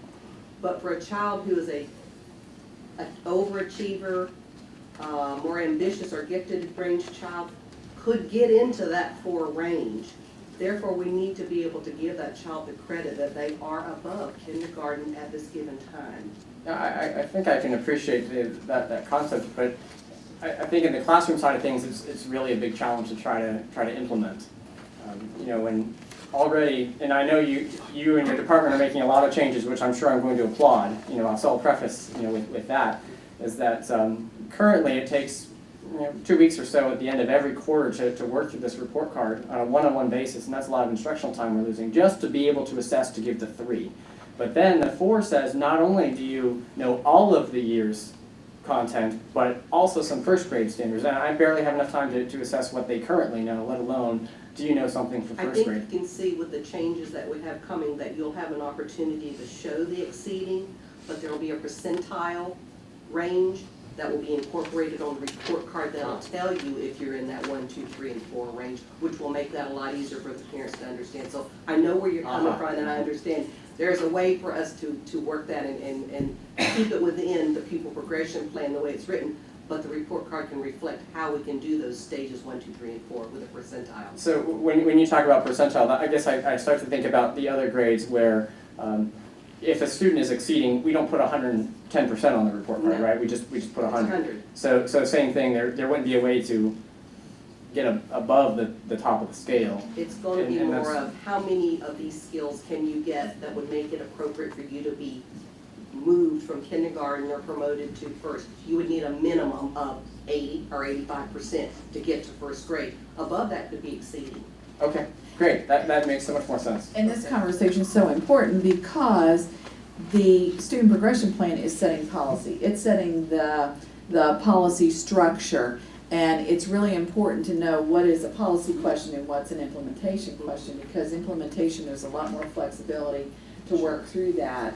And what you don't want to do is change the policy that might deter the implementation if it's an implementation problem. What I just heard you talk about is something that every teacher in kindergarten is probably dealing with, that we might, and it sounds like they're already, that can be addressed. It sounds like it going to that percentage Right. method, which makes a lot more sense. I guess my struggle in wrestling with that was by the time it comes before the board from a policy standpoint, it's already in place, and so it's really impossible now with 2 grading periods under the belt to go back and say, oh, this would have made your lives a lot easier, other than do it for next year, which. I'm with you and thought that one through, and we're getting there. I think though, to go back and to change the student progression plan to be a 1, 2, or 3 would not be in the best interest. You're right. I'm okay with the 4 under the percentages that you seem to indicate. That seems to be much more in line with every other grade and how they're assessed. I've got one other elementary school question, and that's I wonder, with the implementation of the grade in the 50, if we've heard any grumblings from the elementary level of the impact of that, and if a change in kind of dividing that policy and bringing back the 50 at the elementary level was ever considered. Well, to be quite frank, that was a change in the policy. That was the well, I don't want to say unanimous. That was the majority vote of the board. It was pretty emphatically stated, and we went back and directed the staff to do that. Did I hear grumblings about it? Yes, I did. Have we gone back and spent any more time collecting perceptions or perspectives or impact data at this point, since that's only been a semester worth? No. So I can't answer that question because I don't have data to do that. If this board certainly wants to have that discussion, I know there are people out there on both sides of that coin, and there are some that would like to go back and have that discussion. But to answer your question specifically, no, because I pretty much said this is the policy. Okay. Thank you. Anybody else have any comments? The 20% for the district EOCs in place for this year, so that 20% of the grade that the students received on this year's district implementation of EOCs is going to be factored into the grade for middle school and high school? Is that what I'm understanding? The 20% is there. Again, Paula, did we not talk about hold harmless? Yeah. We talked about it. Okay. I think the rest of that will come up probably through the assessment presentation. Yes. My only concern is that in the pupil progression plan that we are sending and getting approved and sending out there, it states that we are using those documents or assessments, for 20% of the student's grade when they're not validated yet, and we know the process that they're going through. And those are some of the discussions we're having. Right. By statute, we must have one. Okay. Okay, and we have talked multiple departments as to, in that first year, do we have the student take it? We want them to take it with integrity. Right. But that we could look at the things of holding harmless a student for that first year. So we submit this to DOE, this document, our pupil progression plan? No, yes, the student progression plan, yes. Student progression plan is policy. It's where you're setting the structure, the parameters. Right. It's the document that you take from the statute, state board rule, any of those changes, and they're reflected in there. So everything is pretty much aligned. The state does require that a certain percentage has to be there. Now, this is a baseline year. So there is some flexibility in what we are looking at. That doesn't change the fact that from a policy document structure, we need to have all the pieces that are required to be there. In a baseline year, obviously, we are in a transition year, and we locally, that's where we're having these discussions about how do you handle things in a baseline year, because you want, obviously, we have to give the EOC or NEOC, but putting it into the understanding that this is a baseline year, this is the first time it's ever been given, that is important data that we need to gather. The question is, how is that data utilized as far as those high stakes pieces? And there's discussions with that. But at the end of the day, we have to give it, we want it to be given with the highest integrity of the process, because the data itself is critically important to the process of further review of all those end of course exams. So that's why you see it in this document. Now, again, that's why I said, that's kind of, your question is really getting into an assessment question and the implementation of the assessment. My thought in this conversation is that, and I think we did something similar to this, I think, with the transportation, but that it wasn't like what the true picture was. Could we attach something to send, even if it's just to our legislators, that shows that this implementation of this policy that is an unfunded mandate to assess our teachers is being required by DOE, but this is the actual case? I'm just trying to figure out how we can make our... Ms. Luke, what I want to point out is you're talking about the assessment of teachers, which is a whole different, I think she's talking about both, Okay, the assessment of students and the assessment of teachers.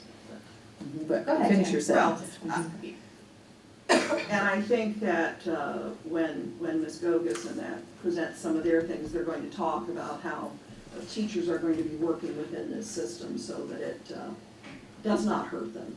There is a certain amount of flexibility we can do in this baseline year.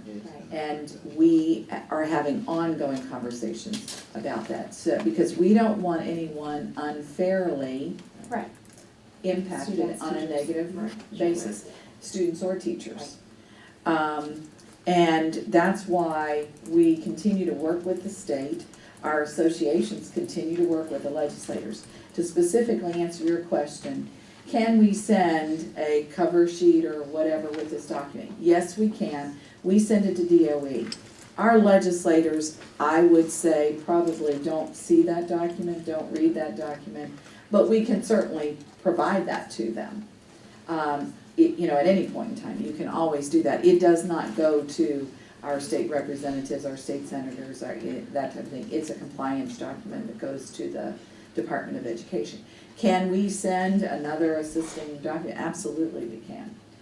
And right now, I'm asked to post this on our website, and I have to post that we have one and that it is compliant. I have not yet been asked to send it to someone.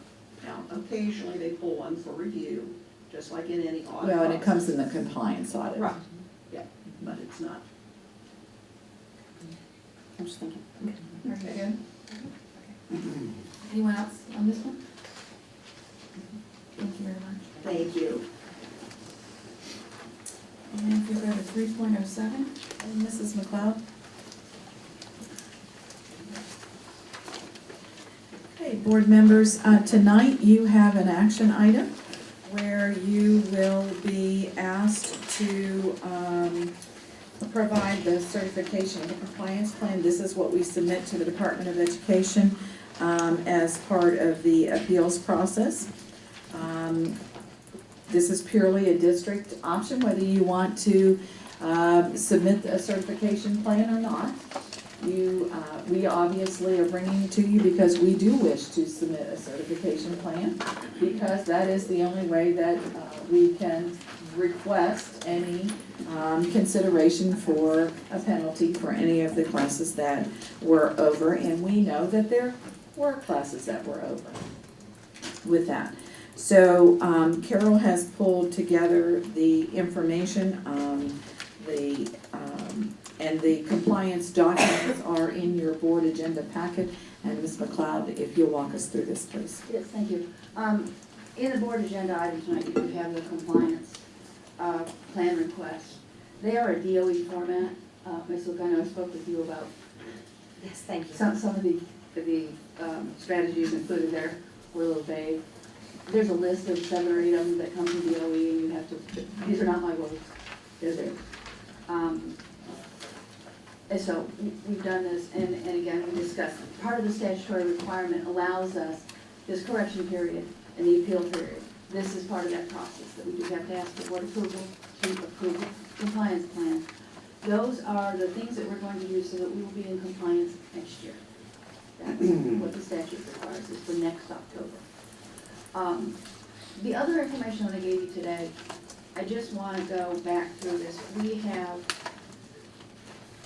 numbers have been thrown all over the place, and I just wanted to try to simplify this as much as I could. I attached the whole report there. You can read it all you want, but the summary page hopefully is what we can focus in on.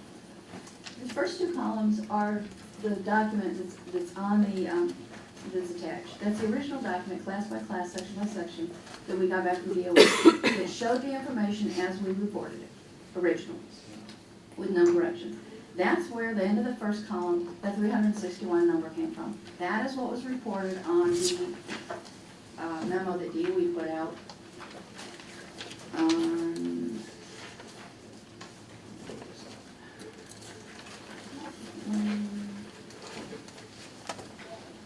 It was in December. It was in December, which we reported back to the board. What we've been, okay, those individual sections equated to 1,507 student instances. They call them students over cap. You take that 1,507 and divide it by 6, which is the number of classes each student, you come up with a 251 FTE. when you use our recalibrated FTE proportion, that's how you came up with the 243.33 that the Department of Education reported. What happened is they went from a report that showed the 361 and a 243 FTE with none of the middle information. We have been working on the middle information, and that was that over cap. Those are what we've been looking at and focusing in on. So what we have now gone back and looked at section by section, each one of those that are on, there's some of the colors of the changes that we've made. So what we've sent back to them, we now have 187 sections that we're reporting that affect 291 student periods. Now that could be, and let's just pick a score. We'll go to,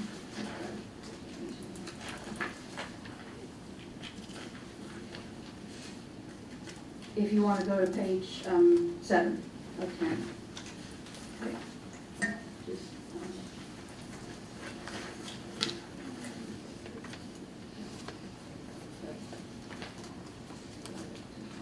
we can read this, I'm sorry. Leesburg High School, if you look at it, it's blued out right now. But you see right in the middle there under the main course, there's 5 courses that this affected. But if you go all the way over to the other side, the second to the last column, the over maximum student, it affected 10 students. So for each one of these 361, they affected from 1 to as many. If you go down to the bottom of the same page there, Treadway Elementary, this is the instance where we had duplicate classroom numbers. So there are 11 sections listed there, but those 11 sections account for 232 student instances. That's what the huge, again, DOE went from the first number to the last number and left out the middle. We've been working on a middle. And the middle is, get this down to what we really have. So the numbers that we gave you are there, they're accurate, they're what we've reported.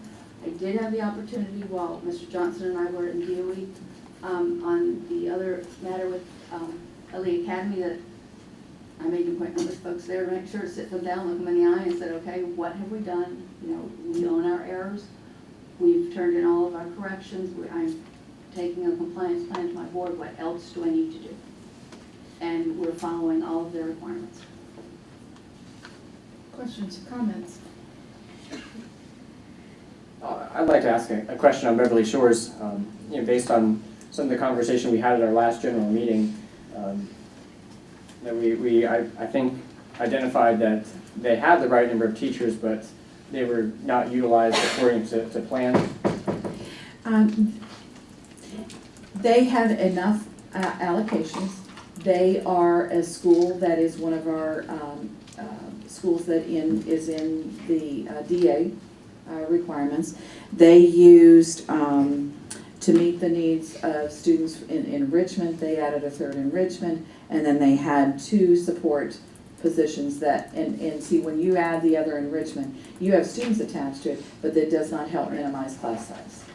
So then there was a coach and then an RTI specialist. And those were some decisions that were made to meet the needs of those students. Unfortunately, they did not provide classroom relief for class size. So at this point in time, we have gone back because we're coming upon the FTE count for survey 3.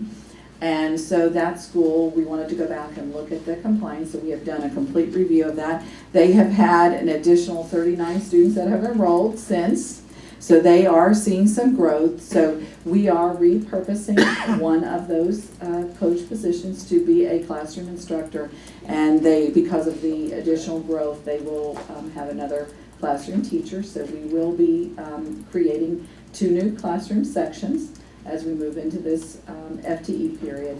And the other position will remain a support for teachers because they need that support, and we're all on the same page with that. So those initial decisions, were those made locally at the school or by the district? Those were made locally at the school based on the needs of the students. And maybe this is where we run into the challenge of limited language, as you mentioned. I remember in previous years it was a checkbox form in here. I mean, it seems like the same thing, just without the checkboxes. But the compliance plan here is to utilize co-teaching or multi-grade classrooms and increase the number of overall teachers in core subjects. Would the compliance plan be more appropriate that the schools would utilize the teachers as allocated, as opposed to hiring more teachers? That is correct locally, But it doesn't as we meet the use it, form. but for DOE, they're looking for, because the school will utilize their classroom teacher, but the question comes in is that if you have 5 in kindergarten over and 2 in first grade over, you might have to have a multi-level classroom. Right. That's where that strategy comes in. So DOE has certain areas that you can use. They don't quite drill down quite to the detail level. Has any policy been set to ensure, or any procedure been changed to ensure that that other schools follow the allocations as intended, or how do we ensure that that doesn't happen at 30 schools around the county? Well, what we will be doing, there's a couple different shifts that I'm going to be making in where people are located. One of the challenges that we have faced in this district is that our departments are spread out in so many different locations that in this particular case, FTE falls in finance, that's located in this building. The submission of the class size, pushing the button and the data scrubbing of that relies or is across town in another building with employees that are located in a different department, a different division. And so I am now putting them all together in one location, and they're going to be in this building. The other question has come in is, in this particular case, there is a process that we have in place that if you're going to use a position differently than how it is allocated, there is a process to go through an approval process. And we have some other checks and balances that we have to put in. I don't believe that that is something that a clerical person should be responsible for. That is something that goes a little higher than that. All right, I hope that solves the problems.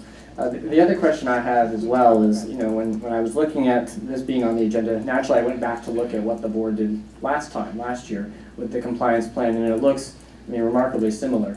But the district still didn't get into compliance. So my big question is, how does this ensure that next year we won't be approving another class size reduction compliance plan? Or will we? You could, yes, you could, because the fact of the matter is that the reality of it is, and if you were approving another compliance plan, doesn't mean that the district made a mistake. The mistake we made this time is we did not do a final proofread before the button was pushed. Well, that's not all of it, though. Yes, that's the biggest part of this. Sure, but there are still others that are legitimately over. Yes, and we So knew we that, would still be- as boards, and knew that going into it. So now we have, that's a philosophical discussion that we have to have, because now we have a different board seat here. But the previous board had given me very clear direction that in certain situations, when a student walks in the door, the day before the button is pushed, there is no way you can have a new teacher in place or a sub hired. You're pushing that button and there's a 19th student there. So I have two choices. Sure. I can report it so it doesn't look like they're there, which I am not going to do, or I'm reporting them where that student is located and they're going to be over. Yeah, and I absolutely... And that would require a compliance. I absolutely understand when that student comes in the last minute. I think the statute is written to allow for emergencies. And I would say one that's classified as one. You don't have a teacher standing in the lobby of every school waiting in case a 19th child arrives. But I think where I'm struggling with this one is that we send this document to the state that says in order to ensure future compliance, but then it doesn't necessarily mean that's our intention, that if it becomes cheaper to pay the fine, that was the direction of the previous board. It is my intention to comply with everything that I am required to comply with. This particular regulation is, and I think if you go to talk to anybody, there are times when it is just almost virtually impossible 100% to be on the mark because of that child that walks in the door, and we're gonna serve that child. And I don't think anybody's refuting that. There is a period of time in that 10-day window that it is impossible to turn it around to get people in place. Other districts, and I think I shared some of that, they hired a sub for a 2-week time period. Based on the report that we got and the review by the auditors, that is not within the spirit of the law, and that is not so that was an integrity question. And so we discussed, we are going to report it accurately. We are not going to report it where students aren't, just to say we're in compliance. We're going to report it accurately, and there was a window of time where we said we weren't moving any more children. We were going to call it the way it is. So for that reason, that is why I can't tell you that next year you won't have that form as a compliance plan. We are putting provisions in place, and unfortunately, and we own it, and I will say we will own it, that, you know, in that last little window of time before we pushed the send button, we have always done a final proofread. And that's where, and our data clerks, our schools, they have relied on a staff member to do a final proofread. That staff member was involved in other responsibilities that is on their plate that was equally as important, but unfortunately, we needed to have that final proofread. It did not occur. That is not okay. It needed to occur, and so that's why I am rearranging staff, so we do not have that detractor of something else when we need to do that final proofread. And we will do that final proofread. And so that will catch, I would say, 95% of what is on this report. The other 5% are those ones that we know that they're over, and we're not going to put in a substitute for 2 weeks and then take them out again, because we determined that wasn't appropriate either. Now, if this board tells me that, you know, I need to do it a different way, and philosophically you want to do it a different way, then I need to overhire teachers to make sure that we're way under capacity so that we have plenty of room, so when those students come through the door and that last 10-day window, we have plenty of seats available for them. There is a budgetary cost for that as well, and you may have some resources sitting that you can't use somewhere else. And you have even lower class sizes, which, you know, is appealing too. But you want to be as close to that mark, but this one is just very difficult. But it's, you know, it's if that's how philosophically you want to go, then I will build the budget that we will staff our schools way under capacity, so we're not in that mix. That's the only way I can guarantee it. And I don't think you've heard that from all of us, so. Bill? Not to beat this up, so I'm gonna conclude it. We actually were 0.001% of our total student enrollment that was out of class size. And I was a member that, rather than, again, you've articulated that it would cost $700,000 on the low end to adequately staff. So I'm still, I really took pause at your comments, Mark, the other day and reflected on them, that we take an oath, and I get that. But sometimes there is just this, there is also that financial, and there also is that student component that we can't have a teacher. We just, but however, with that said now, if we are, I think, to submit a document like this that pretty much says the same thing, it's just like cut and paste. This may have to go to DOE, but I would like to really know what the plan really is. I mean, so if we have whatever it is, you know what I'm saying? Yeah.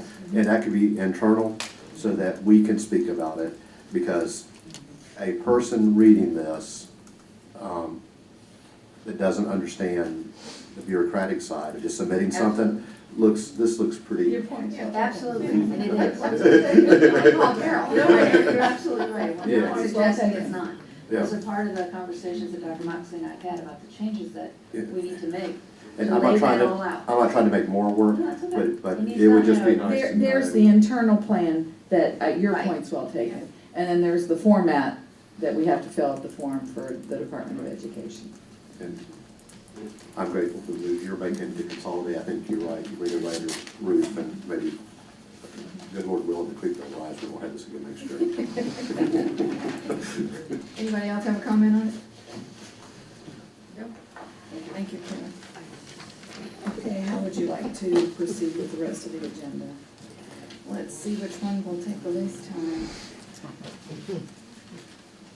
How long is Dr. Ingres's? Congress, or I know we have Angel and, Because that's part of what we've discussed why earlier. don't we go ahead and do 3.02? Yeah, the assessment. Have the team come up.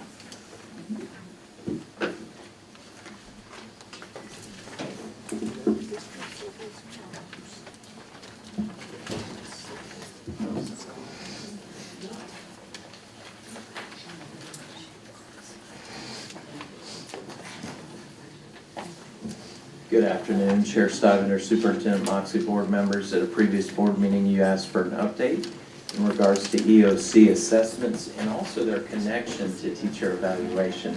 So joining me today, as you can see, is Angel Teran. He's our psychometrician, and he's been focused very much on the development and procurement of over 400 EOCs, and also Lori Marshall, our Chief of Staff, to review the implications on teacher evaluation. As you know, this process of having an EOC in every course is governed by state statute. And this EOC process was driven by the concept of teacher evaluation being connected to some type of a student achievement according to that course and teacher. And that's really what drove this whole concept, was state statute around teacher eval. So we just want to set that right up front. If we could go to the second slide. Just to kind of set context on assessment, we have the new FSA in ELA and math, and you can see that, and there's also the writing component within ELA. Then you still have FCAT, and that's in science. So you have those are our statewide standardized assessments. We're aware of those in those various grades. And then we have what are called statewide EOCs, and they primarily occur in high school, although there is civics in middle school, and you can see those: Algebra 1, Algebra 2, Geometry, Bio, Civics, and U.S. History. And then you have the local EOC assessments, and these are the ones we've heard a lot about in regards to each district has to administer local EOCs for courses not covered, obviously, under the statewide program. When we look at this past semester, we finished this last semester, and there were 56 total courses, 39 high school and 17 middle school, where we gave EOCs, and they were in the following subjects, and Angel Teran's going to go into this a little bit more.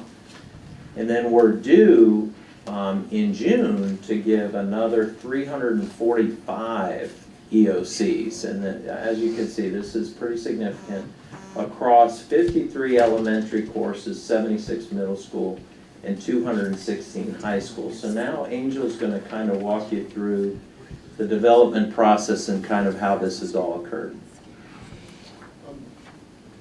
Before we begin, I sort of want to go over 3 points that have sort of been lost.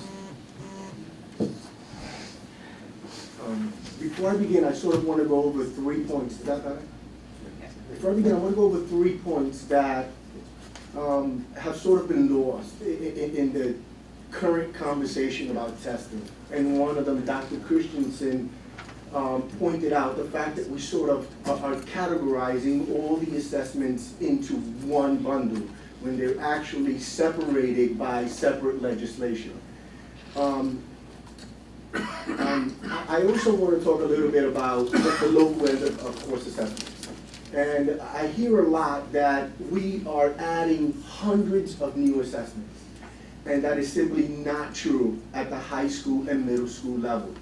Every single middle school and high school teacher gave a final exam at the end of the course. Now it's become a local assessment at the district level. At the elementary school level, and I work with many teachers at the elementary school level, many 4th grade and 5th grade teachers had a summative assessment at the end of the year that they gave to their 4th and 5th graders in order to prepare them for middle school. So I sort of want to put that in context, because sometimes we say we're adding so many assessments, when in essence, we're not adding assessments at all at the high school and at the middle school level. And for some of the 5th and 4th graders, they have always been used to taking some type of summative assessment at the end.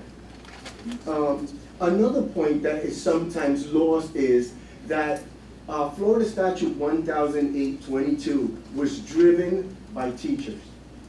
And let me explain how. Most of the teacher evaluations in the past came from FCATs and came from end of course assessments. So there was a huge teacher outcry that we're teaching elective courses and that we're teaching courses not assessed under the standardized statewide assessment program that had a voice and said, I want to be evaluated by an assessment instrument that's tied to the course that I specifically teach. And here we are with Florida Statute 1008, and which basically puts it back on the teachers and said, we're going to find you funding and you are going to develop the assessment that's going to be used for your evaluation. And I don't want to talk a lot about that because that's not necessarily my piece, but I also want to point that out.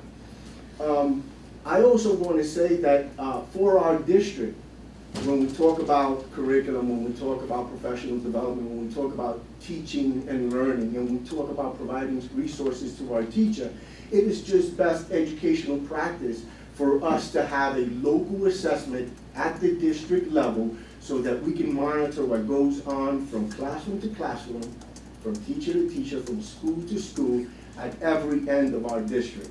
So, and that sometimes is lost because everyone just points at our current situation and the timeline. And I think the issue is not necessarily what we're doing, it's the timeline that we have been given to complete something of this magnitude. With all of that said, we sort of, I want to talk a little bit about the processes and who was involved in developing the assessments at the local level. Everyone has followed that exact procedure, from the state to every single one of the grant-funded projects. CFAC, the Central Florida Assessment Collaborative, that is 63 counties working together, and now the Superintendent's Assessment Coalition, which is basically we have 7 counties working very, very closely to fill those gaps in those courses that we might not have as many items as we need to put the assessments together. So basically we have certified teachers in the subject, in the grade that they're certified to teach. They go in and they go into the Florida DOE course description. They select the primary standards that are going to be assessed. They create the test blueprint for the assessment. They create the item specifications documents that facilitate the development of the items across districts and teachers. And basically, once we have the item bank together, the only part that the teachers are not involved in is the development of the test forms. And that's basically, we take their test blueprint and we have program specialists from all the different districts, because we don't have program specialists in every single discipline. So we've created those organizations to help with that. Using the teacher-created test blueprint, we create the test form, and they go in and select the specific items that the teachers have created.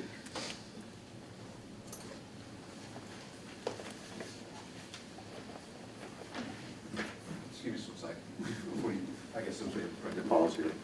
So you were telling me that the teachers have been involved from the get-go in the EOCs in their departments? I have specific knowledge to that because I was teaching AP Literature in 2009, 2010 when I was recruited by the testing department, and I've been involved since the very beginning. Okay. Can I ask? Is this correct? Okay. Not just Lake County teachers, this is But teachers of what? from 63. Lake Oh, County. not just our teachers? Yes. Oh, It's not about every one of the teachers here, no. Yeah, that's what. No, and what, this was such a enormous task of magnitude that there were, and I think there's, on one of the slides coming up, there's a list of who, there were several projects and who developed which ones. And we had teachers that worked in those consortiums and they volunteered and they were compensated for their time and what they were developing. That's what I remember. Yes. And what I heard you say, what my ears heard you were saying was that our teachers were. Well, I was speaking specifically to that. Like right now, in the last 18 months, I've been working with 140 teachers. They're our teachers. At the county level, developing, the ESE courses, the CTE courses, the curriculum, and that's in addition to the teachers that have worked in the other 8 projects. I guess I have a follow-up, and when you talk about certified teachers being the ones chosen to develop these items, I'm certified pre-K through 6, but I've never taught it in the 6th grade classroom, so I'm not qualified to teach that. I've taught 2nd grade and kindergarten, so I think that's where I'd be most appropriate. How do you ensure that the people who have been chosen as certified teachers in those subjects are actually teaching them? We look for classroom teachers. That's what, wow, the policy is that you can facilitate the development of a test which you are certified to. We select the teachers that are in the classroom or have taught that course in the last 2 to 3 years. So for 2nd grade, you wouldn't pull a 4th grade teacher or a 5th grade teacher to do that. You'd only have 2nd grade teachers because they actually teach 2nd grade. Yes, sir. Okay. Then why is there such a pushback about these EOCs then? If the teachers have bought in, then where is the? Here's the person that has been on both sides of this as coming at it from a teacher perspective and now coming at it from the person that is in a support role in testing and evaluation. I think the outcry comes because there are some teachers, and I still get it sometimes, that are not aware. And I still get that to this day, where teachers tell me, or they were not involved in the process, they never got involved in the process, and now when they're faced with this, they don't have the same information, they don't have the same access, so now we're doing that. We're providing them with the item specifications documents, we're providing them with the test blueprints, and we're providing them access to the resources that we invited them to participate when this started in Lake County in 2010. I want to add a perspective because I didn't have the same perspective that Angel would have because he works directly with the teachers every day on this project. The perspective that I have heard in addition to what he is sharing, the other hard part for this is that one, the time element. How quickly the turnaround time to get them in, because usually you would field test them, get a baseline, you would then be able to go back based on that baseline data, see where there were some wording, questions that needed to be tossed out, other questions that needed to be added in, to have a very strong, valid, and reliable testing measure before you use it for high stakes evaluation purposes or in a student's grade. So that's one piece, so the time element of it. The second piece that I see is that everything is not equal unto itself. For example, the standardization across one school, one course to the other. The majority of them, yes, that Algebra 1's Algebra 1's Algebra 1. But if you look at physical education, or better yet, music at the elementary level, it is not equal from one school to the next. Because in one school, I'll use Beverly Shores for example. They had 2 enrichments, they now have 3 enrichments. So they may be able to have a consistent PE, I don't know what their 3 are, but you could have 3 different ones, you could have art, music, and PE, or you could have 2 PEs and 1 art, but you go to a Leesburg Elementary, they may have PE, music, and media. And they may be 3 different enrichments. But they're taking the same test, right? The same EOC. They're taking the same EOC, but the amount of time they have in physical education may differ. At one school, school A, they may get 3 days of physical education every week. At my school, I may get 1, because I'm going to media, art, and music. At another school, they could be getting 3 days of music and it'd be instrumental. Over here at this school, they could be getting 1 day of music and it's vocal. And that's where I have to ask the question, because Pam Stewart mentioned it when we went to the FSBA convention, that she didn't know why it had to be so complicated, that there is an item in the statute that says that there could be teacher or principal selected tests administered as the district assessment.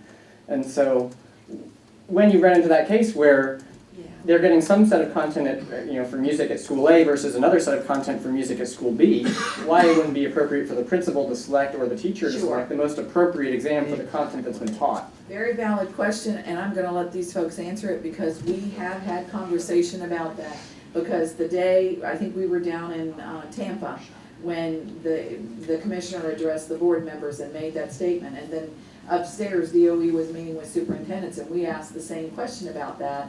Because our concern is that in the assessment statute, they do give you that flexibility for that. But over in the evaluation statute, they do not give you that flexibility. Well, I did look at the evaluation statute, and it just says school district assessments, that it's vague, but in the assessment standpoint, it gives you 5 provisions for what those school district assessments may look like.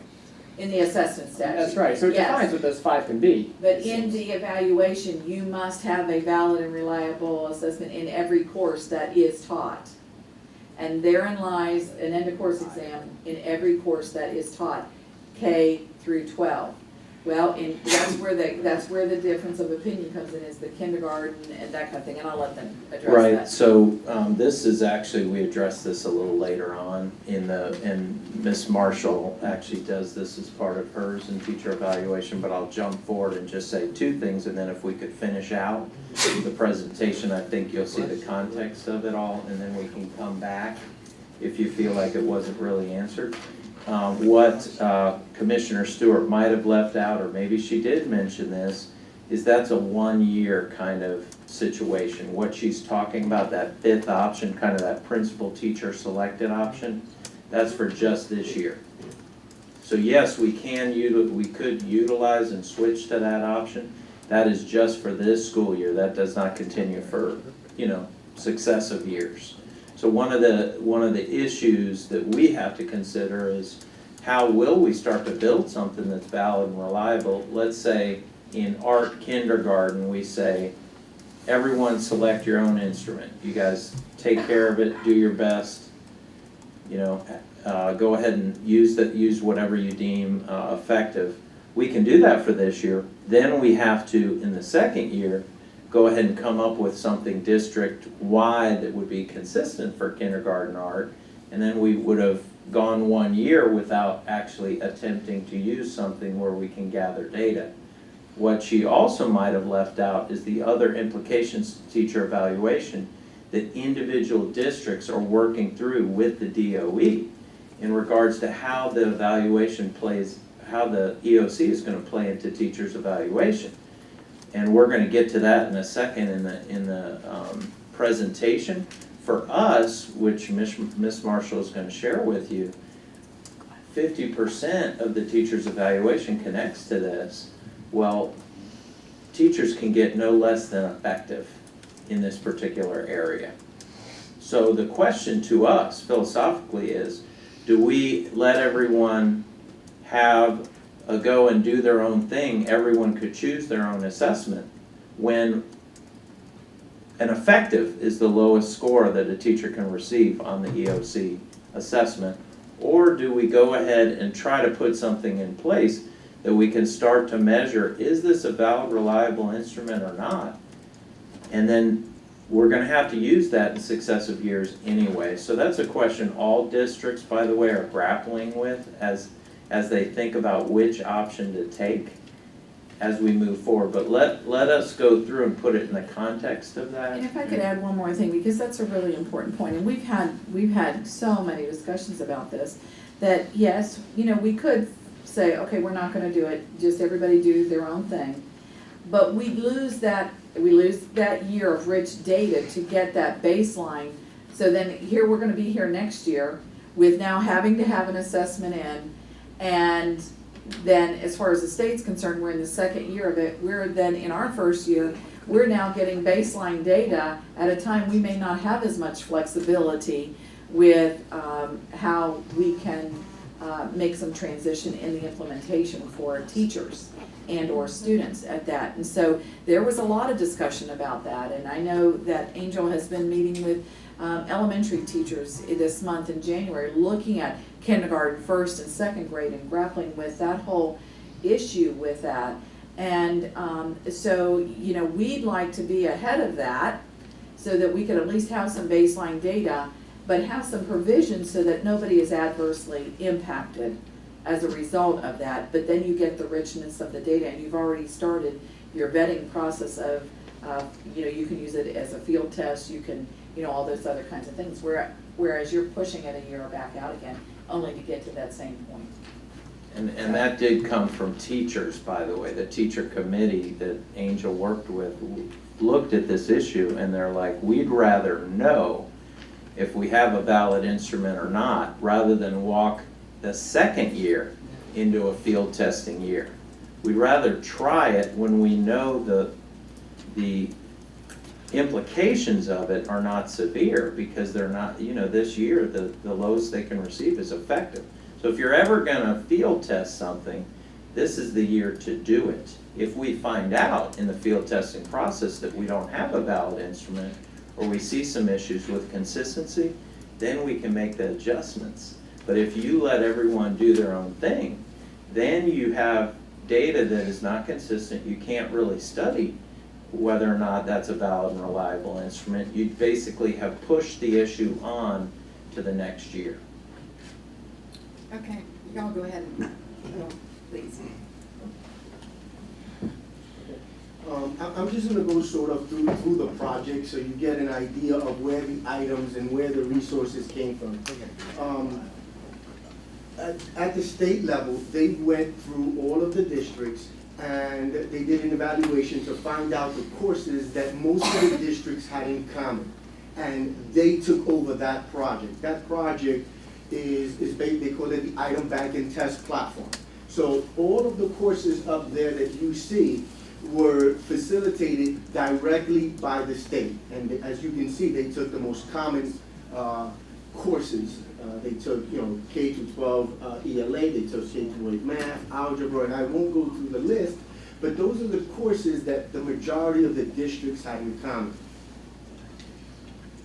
Once they did that assessment, they sent out for grants, and they granted individual districts grants to develop for like the second tier of courses that the majority of the districts had in common. And that's where you hear about, you know, Miami-Dade got a grant, and, you know, they developed the items and the item specs and the test blueprints. Now, because Miami was the fiscal agent for that grant, it doesn't mean that other teachers from other districts participated. We sent, I know for a fact, just like 3 months ago during the summer, we sent one of our PE teachers to work down in Miami. So all of our teachers have participated in these projects. As a matter of fact, for the Polk Visual Arts Project, the project head sent an email to 3 of our teachers because they won a statewide nomination for how they ran that project. So you can see the projects going there 1 through 7. And then you have the Central Florida Assessment Coalition or Collaborative, which basically, when this task was put before the districts, a few districts got together and it just kept growing and growing, and now we have 63 districts throughout the state working together, pulling our limited resources to have the teachers develop items so that we can share the items to put test forms together that are aligned to our specific district curriculum. And then finally, we have the Superintendent's Assessment Coalition, which we have 7 superintendents working together, and we are one of those, and our superintendent is one of the participant districts, that we found out that even with all of those projects, we still had courses that fell into that gap area. So we said, we don't have the resources, why do this twice? Let's just share the resources, and we're sharing the items, and we're sharing the trainings, and we're sharing the human resources to get the work done. And this is what we all talk about when we talk about local assessments, the statute. And as you can see, by 2014-15, it is a legislative mandate that we must administer an end-of-course assessment for every course offered in the district that is not assessed by the statewide standardized assessment project. And that's basically all the FSAs and the EOCs that we mentioned in the first slide. Before I end, I pass it over. I hear a lot about the validity and the reliability of the assessments that we're going to give. I hear that a lot. And the one thing that I have to say about that is that every item that has been developed for the project was written by a teacher certified to teach it and taught the class within the last 3 years, and it was reviewed by a similar teacher for content and alignment to the Florida DOE course description, and then it was reviewed for bias and sensitivity by an ESC ESOL certified teacher. Now, I don't know about you guys, I don't know any teacher that has a final exam that meets those guidelines. Okay, now we'll quickly look at what does this mean for teacher evaluation, and there has been some preliminary discussion on that. I'd just like to start out by saying that in our district, TEAM is the teacher evaluation system that we use, and all decisions regarding TEAM within the law are made by a joint committee, made up half by teachers and LCEA leadership, the other half by school principals and district leaders. So this is a joint committee with equal voice, and we have very frank, intense conversations, and we come to consensus on decisions. And we did come to, and so let's just put in context, what are we talking about with teacher evaluation? The blue side is the student performance measure, what we're talking about. How do we measure? The statute requires 50% of it is student performance. How are we going to do that? That's what we're talking about today. The other 50% is instructional practice score, and that's made up of status score, which is the observations by the principal or the assistant principal, and 20% by a deliberate practice plan, which is a teacher selected, administrator approved area that they're going to concentrate on, and then the teacher does receive credit for showing growth during the year in that area. So that's our teacher evaluation model and the components of it. Now, this year, we really had to make some major decisions about student growth measures or student performance measures with the statute requiring ESCs. So the decision of the committee, the joint committee, was that for this school year, we would, if a person earned an effective rating based on the growth or achievement measures, performance measures that were administered, that person would receive effective for that 50%. If they received a highly effective student performance measure, then that teacher would be given a highly effective rating for that portion of the evaluation. If a teacher received less than effective this year, that we would adjust our cut score so that they received a growth or a performance measure rating that would be effective. Kind of gives a safety net. There's a lot of anxiety out there. We hear it, we've talked about it. There's a lot of uncertainty.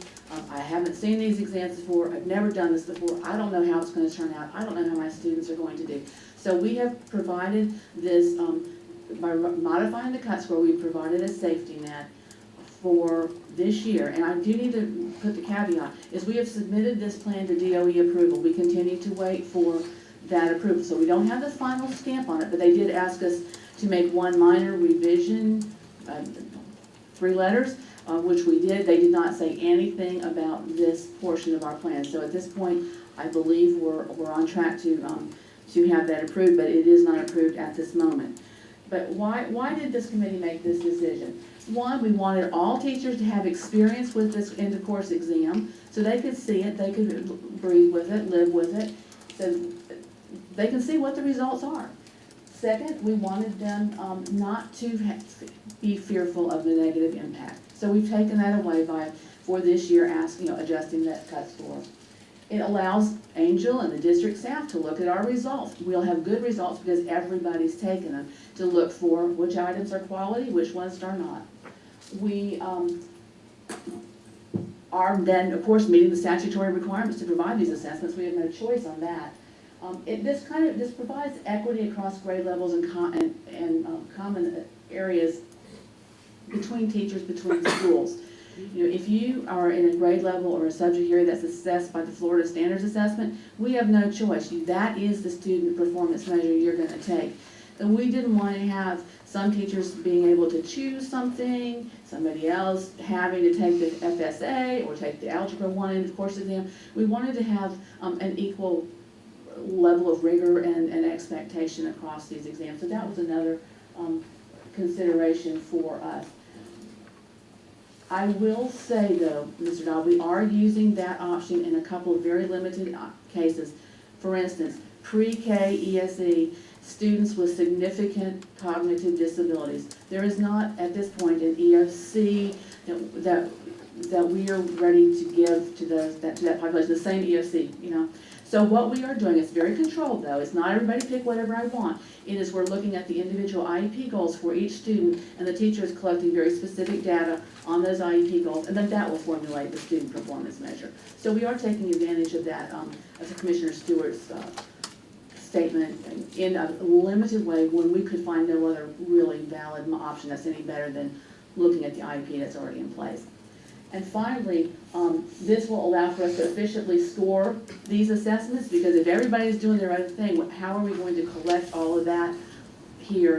I don't mean doing their own thing in a flippant way, but if everybody's choosing their own assessment measure, I don't know how we would bring that data in here and apply our standard deviation model to come up with a rating to give to teachers. So those are were our thoughts on that. Just quickly to look, what is the final evaluation rating? If you are highly effective, you score between 3.5 and 4, we're going to give you the 4. That's what we've been doing all along. We now are differentiating a little bit more within the effective range. The effective range was very, very large, so we now have a 3.49 or a 3.0 rating within the effective range.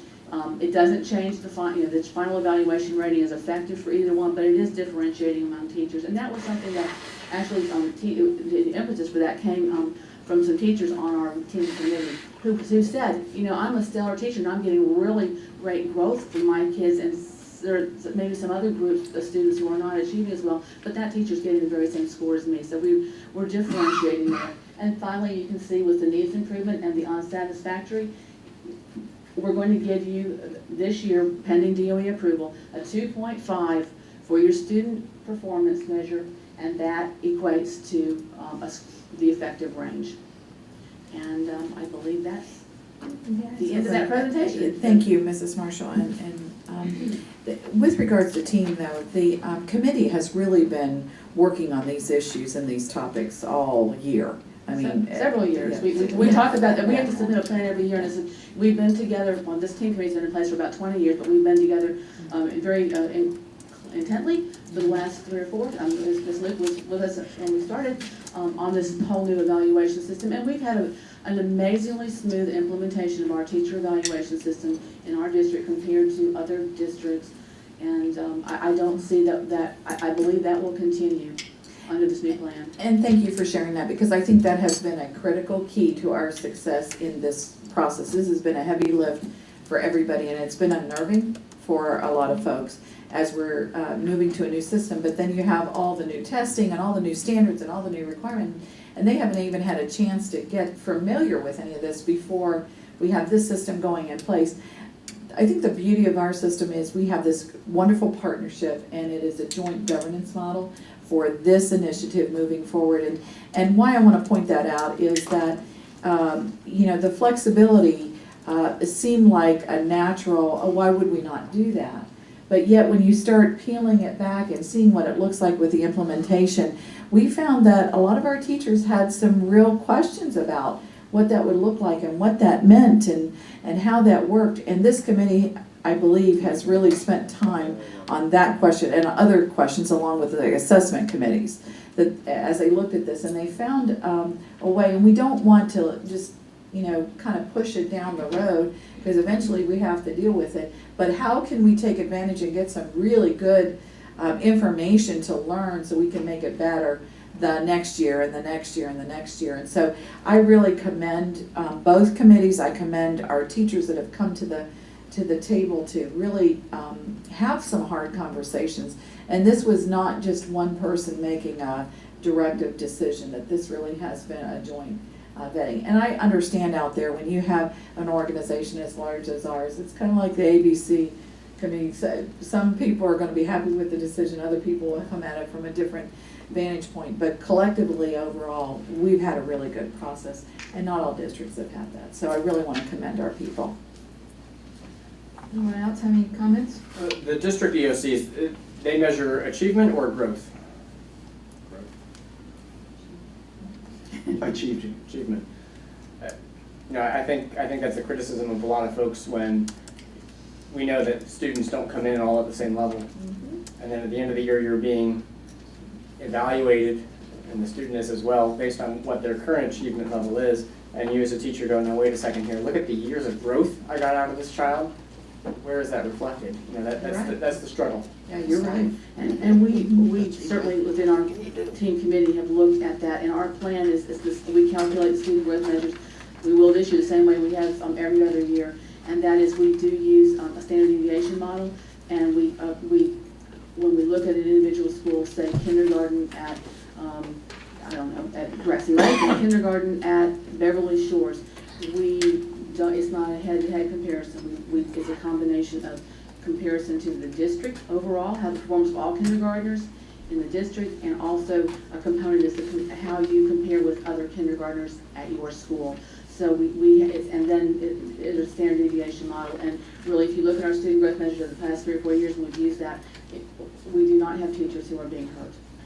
The final question I have is in regards to the time it takes to administer this test. When you talk about some of those primary grades, well, I mean, really every grade is taking one in every subject area, and a huge criticism last year was that a week of testing was spent to administer the SAT-10 or the CSAT.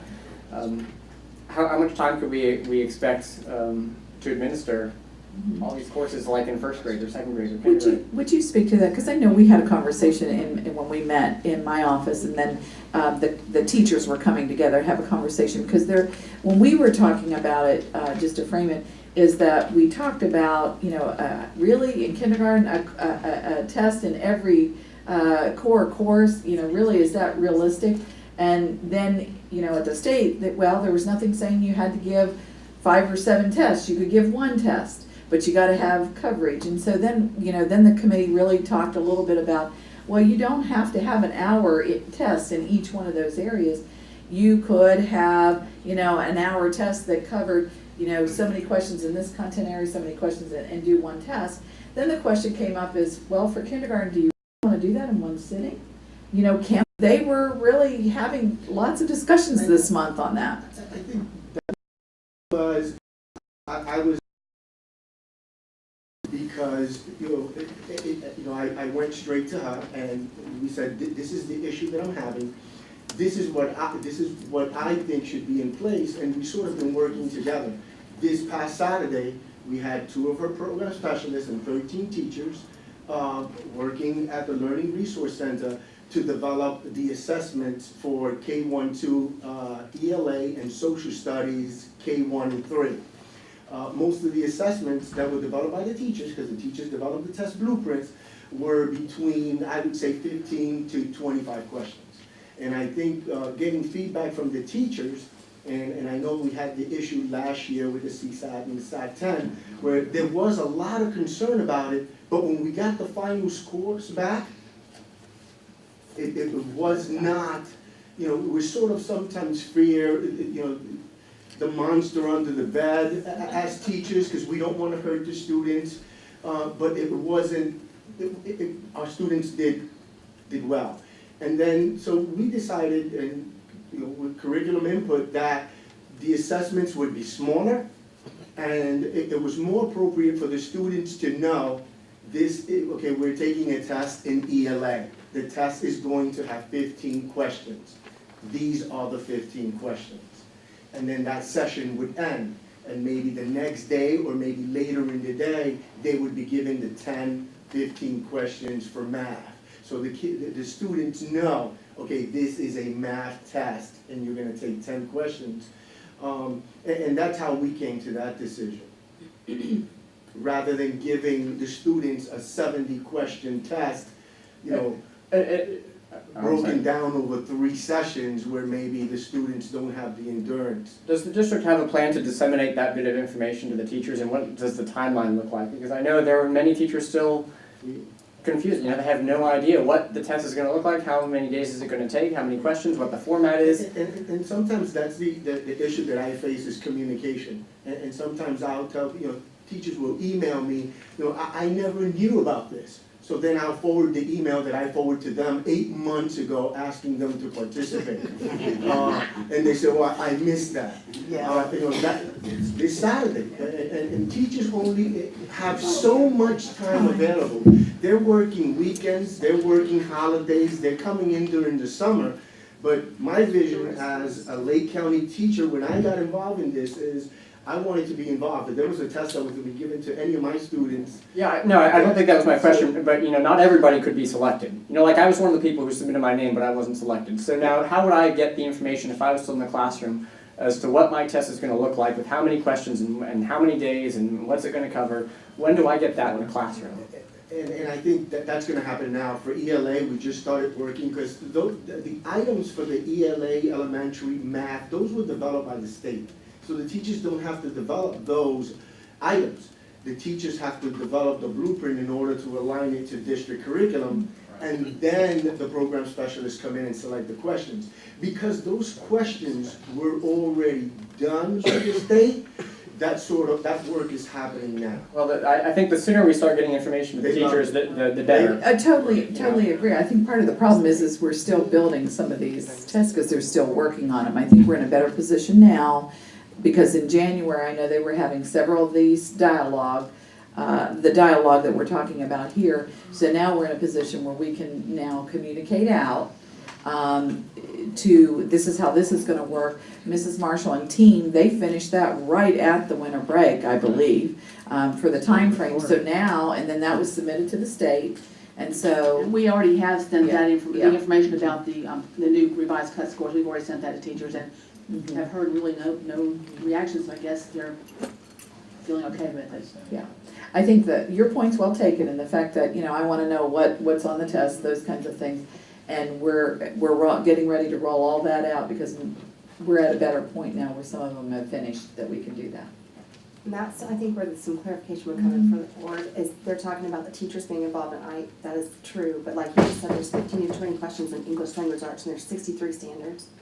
And so all 63 of those standards aren't gonna be tested, and to what degree are they gonna be tested, and we haven't given that information yet to our teachers. They don't know where they need to focus or what the students need to know. So if I'm gonna be tested on 14 standards out of 63, I wanna know which 14 standards I really need to focus on to help align my instruction better. And I feel like our enrichment, they don't have blueprints, we don't even have curriculum for them at the district level to help with that. I just want to say that the item specs documents and the test blueprints that we have available have all been posted on the testing website, and I know curriculum hooked up the link right into the page. So those resources have been available. For the resources that we did not have, like the test blueprints, we can't provide what we don't have. Right. And just to add, piggyback on what you said, I'm sort of conflicted about, as an educator, as a teacher, I'm sort of conflicted about teachers saying, these are the 15 standards that I am focusing on. Because there's a national discussion about the constricting of the curriculum. So what I always let them know is you have to teach to every single standard in that course description. If you want to add emphasis, that's what the item specs and the test blueprint is for, but we don't want that focus. I would agree with you 100%, and that's where the rollover in the teacher evaluation becomes such a problem, because obviously 50% of my score is based on how my students do on those 15 standards. It's going to be a problem. In addition to that, who's grading? And how, do we have, budget allocations for grading, administering these assessments? Do we have that in place already? Florida DOE rolled out the item bank and test platform, which was the platform, it has two sides. It has Equella where the items are stored, and it has SchoolNet that delivers the assessment to the students. And it was rolled out starting June 30th, but it is still not fully functional. Right. So because of that, we have to resort to procuring another test platform to get us through this year. And we don't know as far as what's gonna happen with the item bank and test platform for next year. I do want to state, secure that. Yeah, we are not Yes. waiting. I mean, we Yeah. just gave 57 of these EOCs, so we had to use Scantrons. So we literally had to go, the old school way of Scantroning them, item analysis that way, and take care of that. But we did secure this Eduphoria testing platform ourselves because we were waiting on the state. They said they would have this ready. They don't. It's not functional.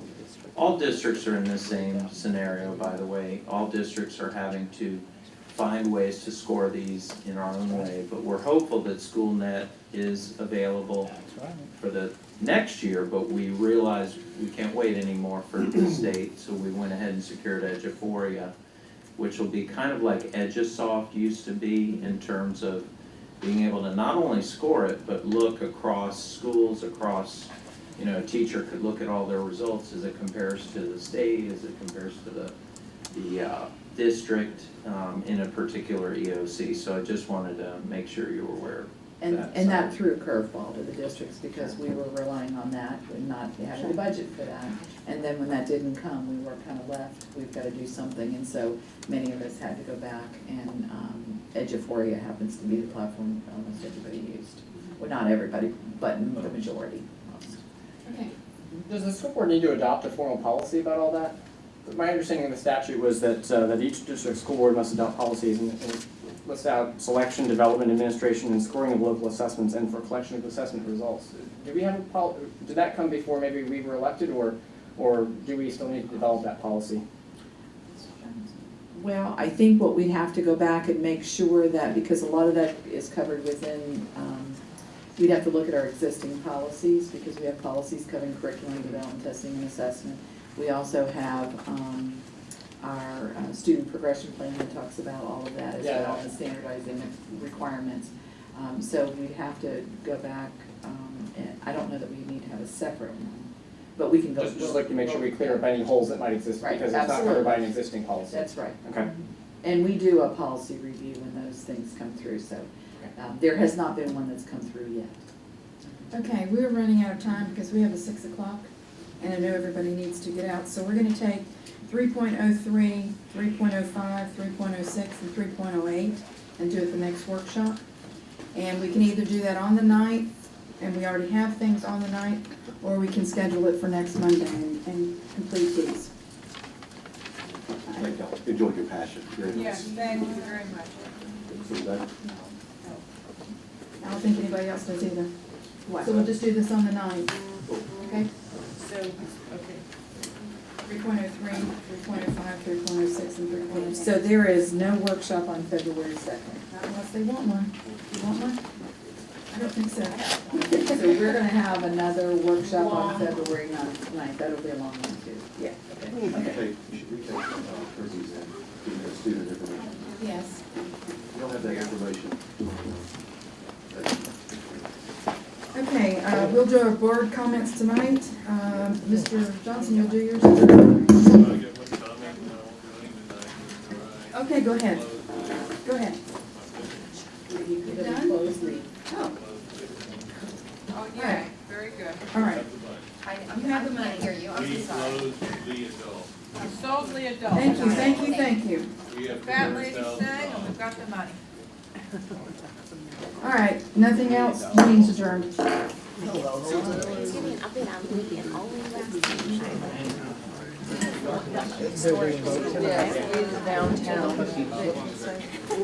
It sure looks like, with Moxley's suggestion, is playing cake. I could. I have a question, because obviously I'm still figuring out the lay of the land. So the EOC is kicking in this year for every subject. How many, like, when was that passed? Because obviously, yeah. Right. Okay.